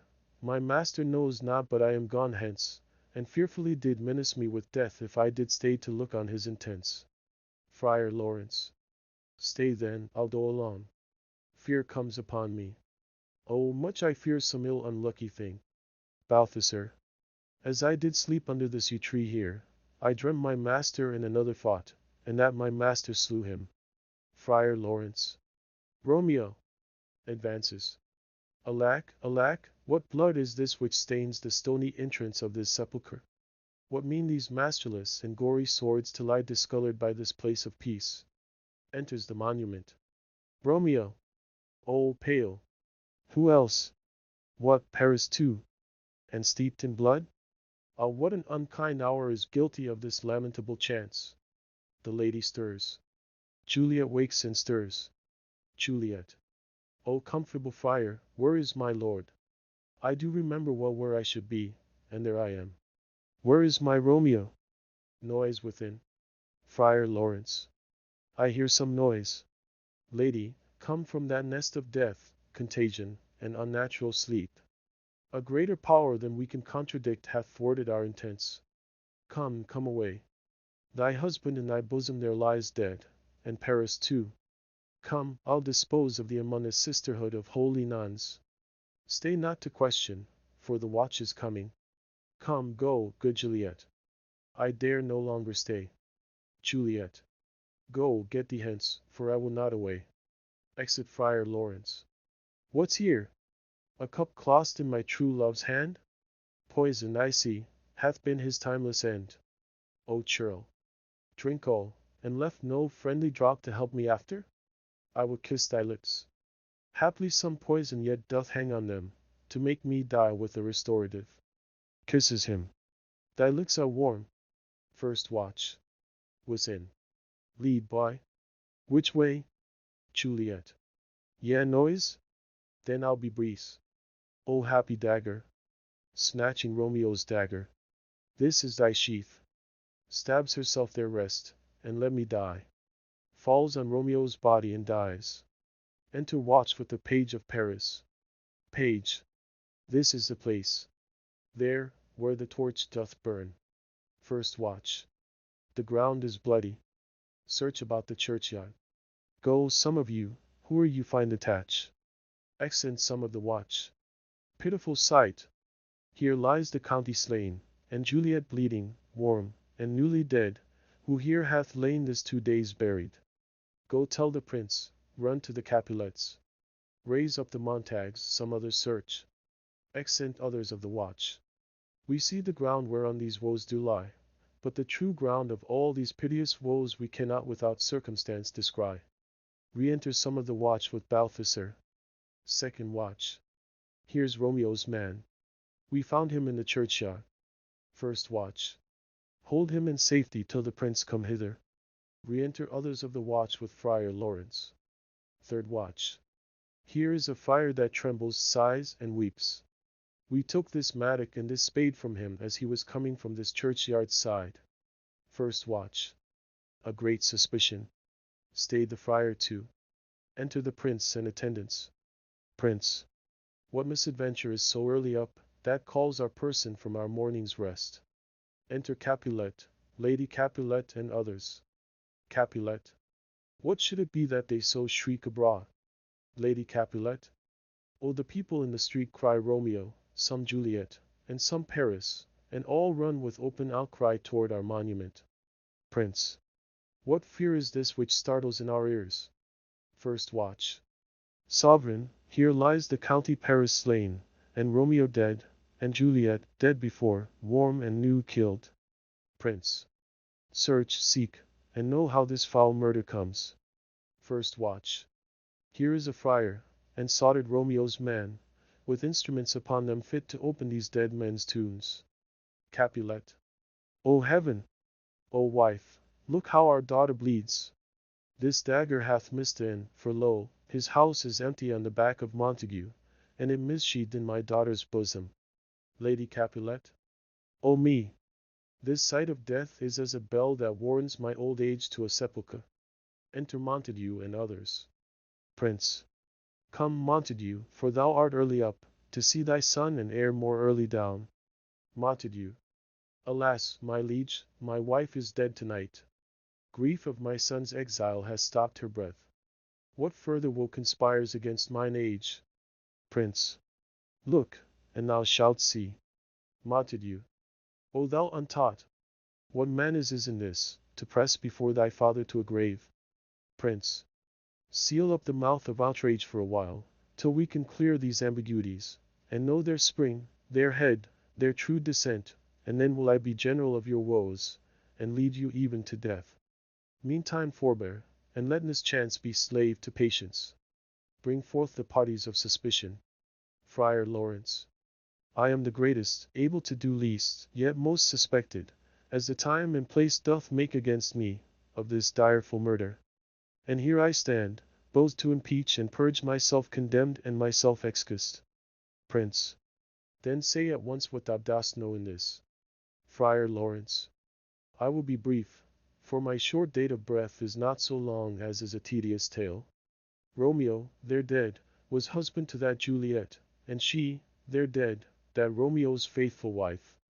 I married them, and their stolen marriage day was Tybalt's doomsday, whose untimely death banished the new-made bridegroom from this city, for whom, and not for Tybalt, Juliet penned. You, to remove that siege of grief from her, betrothed, and would have married her perforce to county Paris. Then comes she to me, and with wild looks, bid me devise some means to rid her from this second marriage, or in my cell there would she kill herself. Then gave I her, so tutored by my art, a sleeping potion, which so took effect as I intended, for it wrought on her the form of death. Meantime I writ to Romeo that he should hither come as this dire night to help to take her from her borrowed grave, being the time the potion's force should cease. But he which bore my letter, Friar John, was stayed by accident, and yesternight returned my letter back. Then all alone at the prefixed hour of her waking came I to take her from her kindred's vault, meaning to keep her closely at my cell till I conveniently could send to Romeo. But when I came, some minute ere the time of her awaking, here untimely lay the noble Paris and true Romeo dead. She wakes, and I entreated her come forth and bear this work of heaven with patience. But then a noise did scare me from the tomb, and she, too desperate, would not go with me, but, as it seems, did violence on herself. All this I know, and to the marriage her nurse is privy. And if aught in this miscarried by my fault, let my old life be sacrificed, some hour before his time, unto the rigor of severest law. Prince. We still have no need for a holy man. Where's Romeo's man? What can he say to this? Balthasar. I brought my master news of Juliet's death, and then in post he came from Mantua to the same place, to this same monument. This letter he early bid me give his father, and threatened me with death, going in the vault, if I departed not, and left him there. Prince. Give me the letter, I will look on it. Where is the county's page that rides the watch? Sirrah, what made your master in this place? Page. He came with flowers to strew his lady's grave, and bid me stand aloof, and so I did. Anon comes one with light to ope the tomb, and by my master drew on him, and then I ran away to call the watch. Prince. This letter doth make good the friar's words, their course of love, the tidings of her death. And here he writes that he did by a poison of a poor apothecary, and therewithal came to this fault to die, and lie with Juliet. Where be these enemies? Capulet, Montague, see what a scourge is laid upon your hate, that heaven finds means to kill your joys with love. And I, for winking at your discords too, have lost a brace of kinsmen. All are punished. Capulet. O brother Montague, give me thy hand. This is my daughter's jointure, for no more can I demand. Montague. But I can give thee more, for I will raise her statue in pure gold, that whiles Verona by that name is known, there shall no figure at such rate be set as that of true and faithful Juliet. Capulet. As reach shall Romeo's by his ladies lie, per sacrifices of our enmity. Prince. A glooming peace this morning with it brings, the sun for sorrow will not show his head. Go hence, to have more talk of these sad things. Some shall be pardoned, and some punished, for never was a story of more woe than this of Juliet and her Romeo. Accent. Legal information creating the works from print editions not protected by U.S. copyright law means that no one owns a United States copyright in these works, so the Foundation, and you, can copy and distribute it in the United States without permission and without paying copyright royalties. Special rules, set forth in the general terms of use part of this license, apply to copying and distributing Project Gutenberg electronic works to protect the Project Gutenberg concept and trademark. Project Gutenberg is a registered trademark, and may not be used if you charge for an ebook, except by following the terms of the trademark license, including paying royalties for use of the Project Gutenberg trademark. If you do not charge anything for copies of this ebook, complying with the trademark license is very easy. You may use this ebook for nearly any purpose such as creation of derivative works, reports, performances and research. Project Gutenberg ebooks may be modified and printed and given away. You may do practically anything in the United States with ebooks not protected by U.S. copyright law. Redistribution is subject to the trademark license, especially commercial redistribution.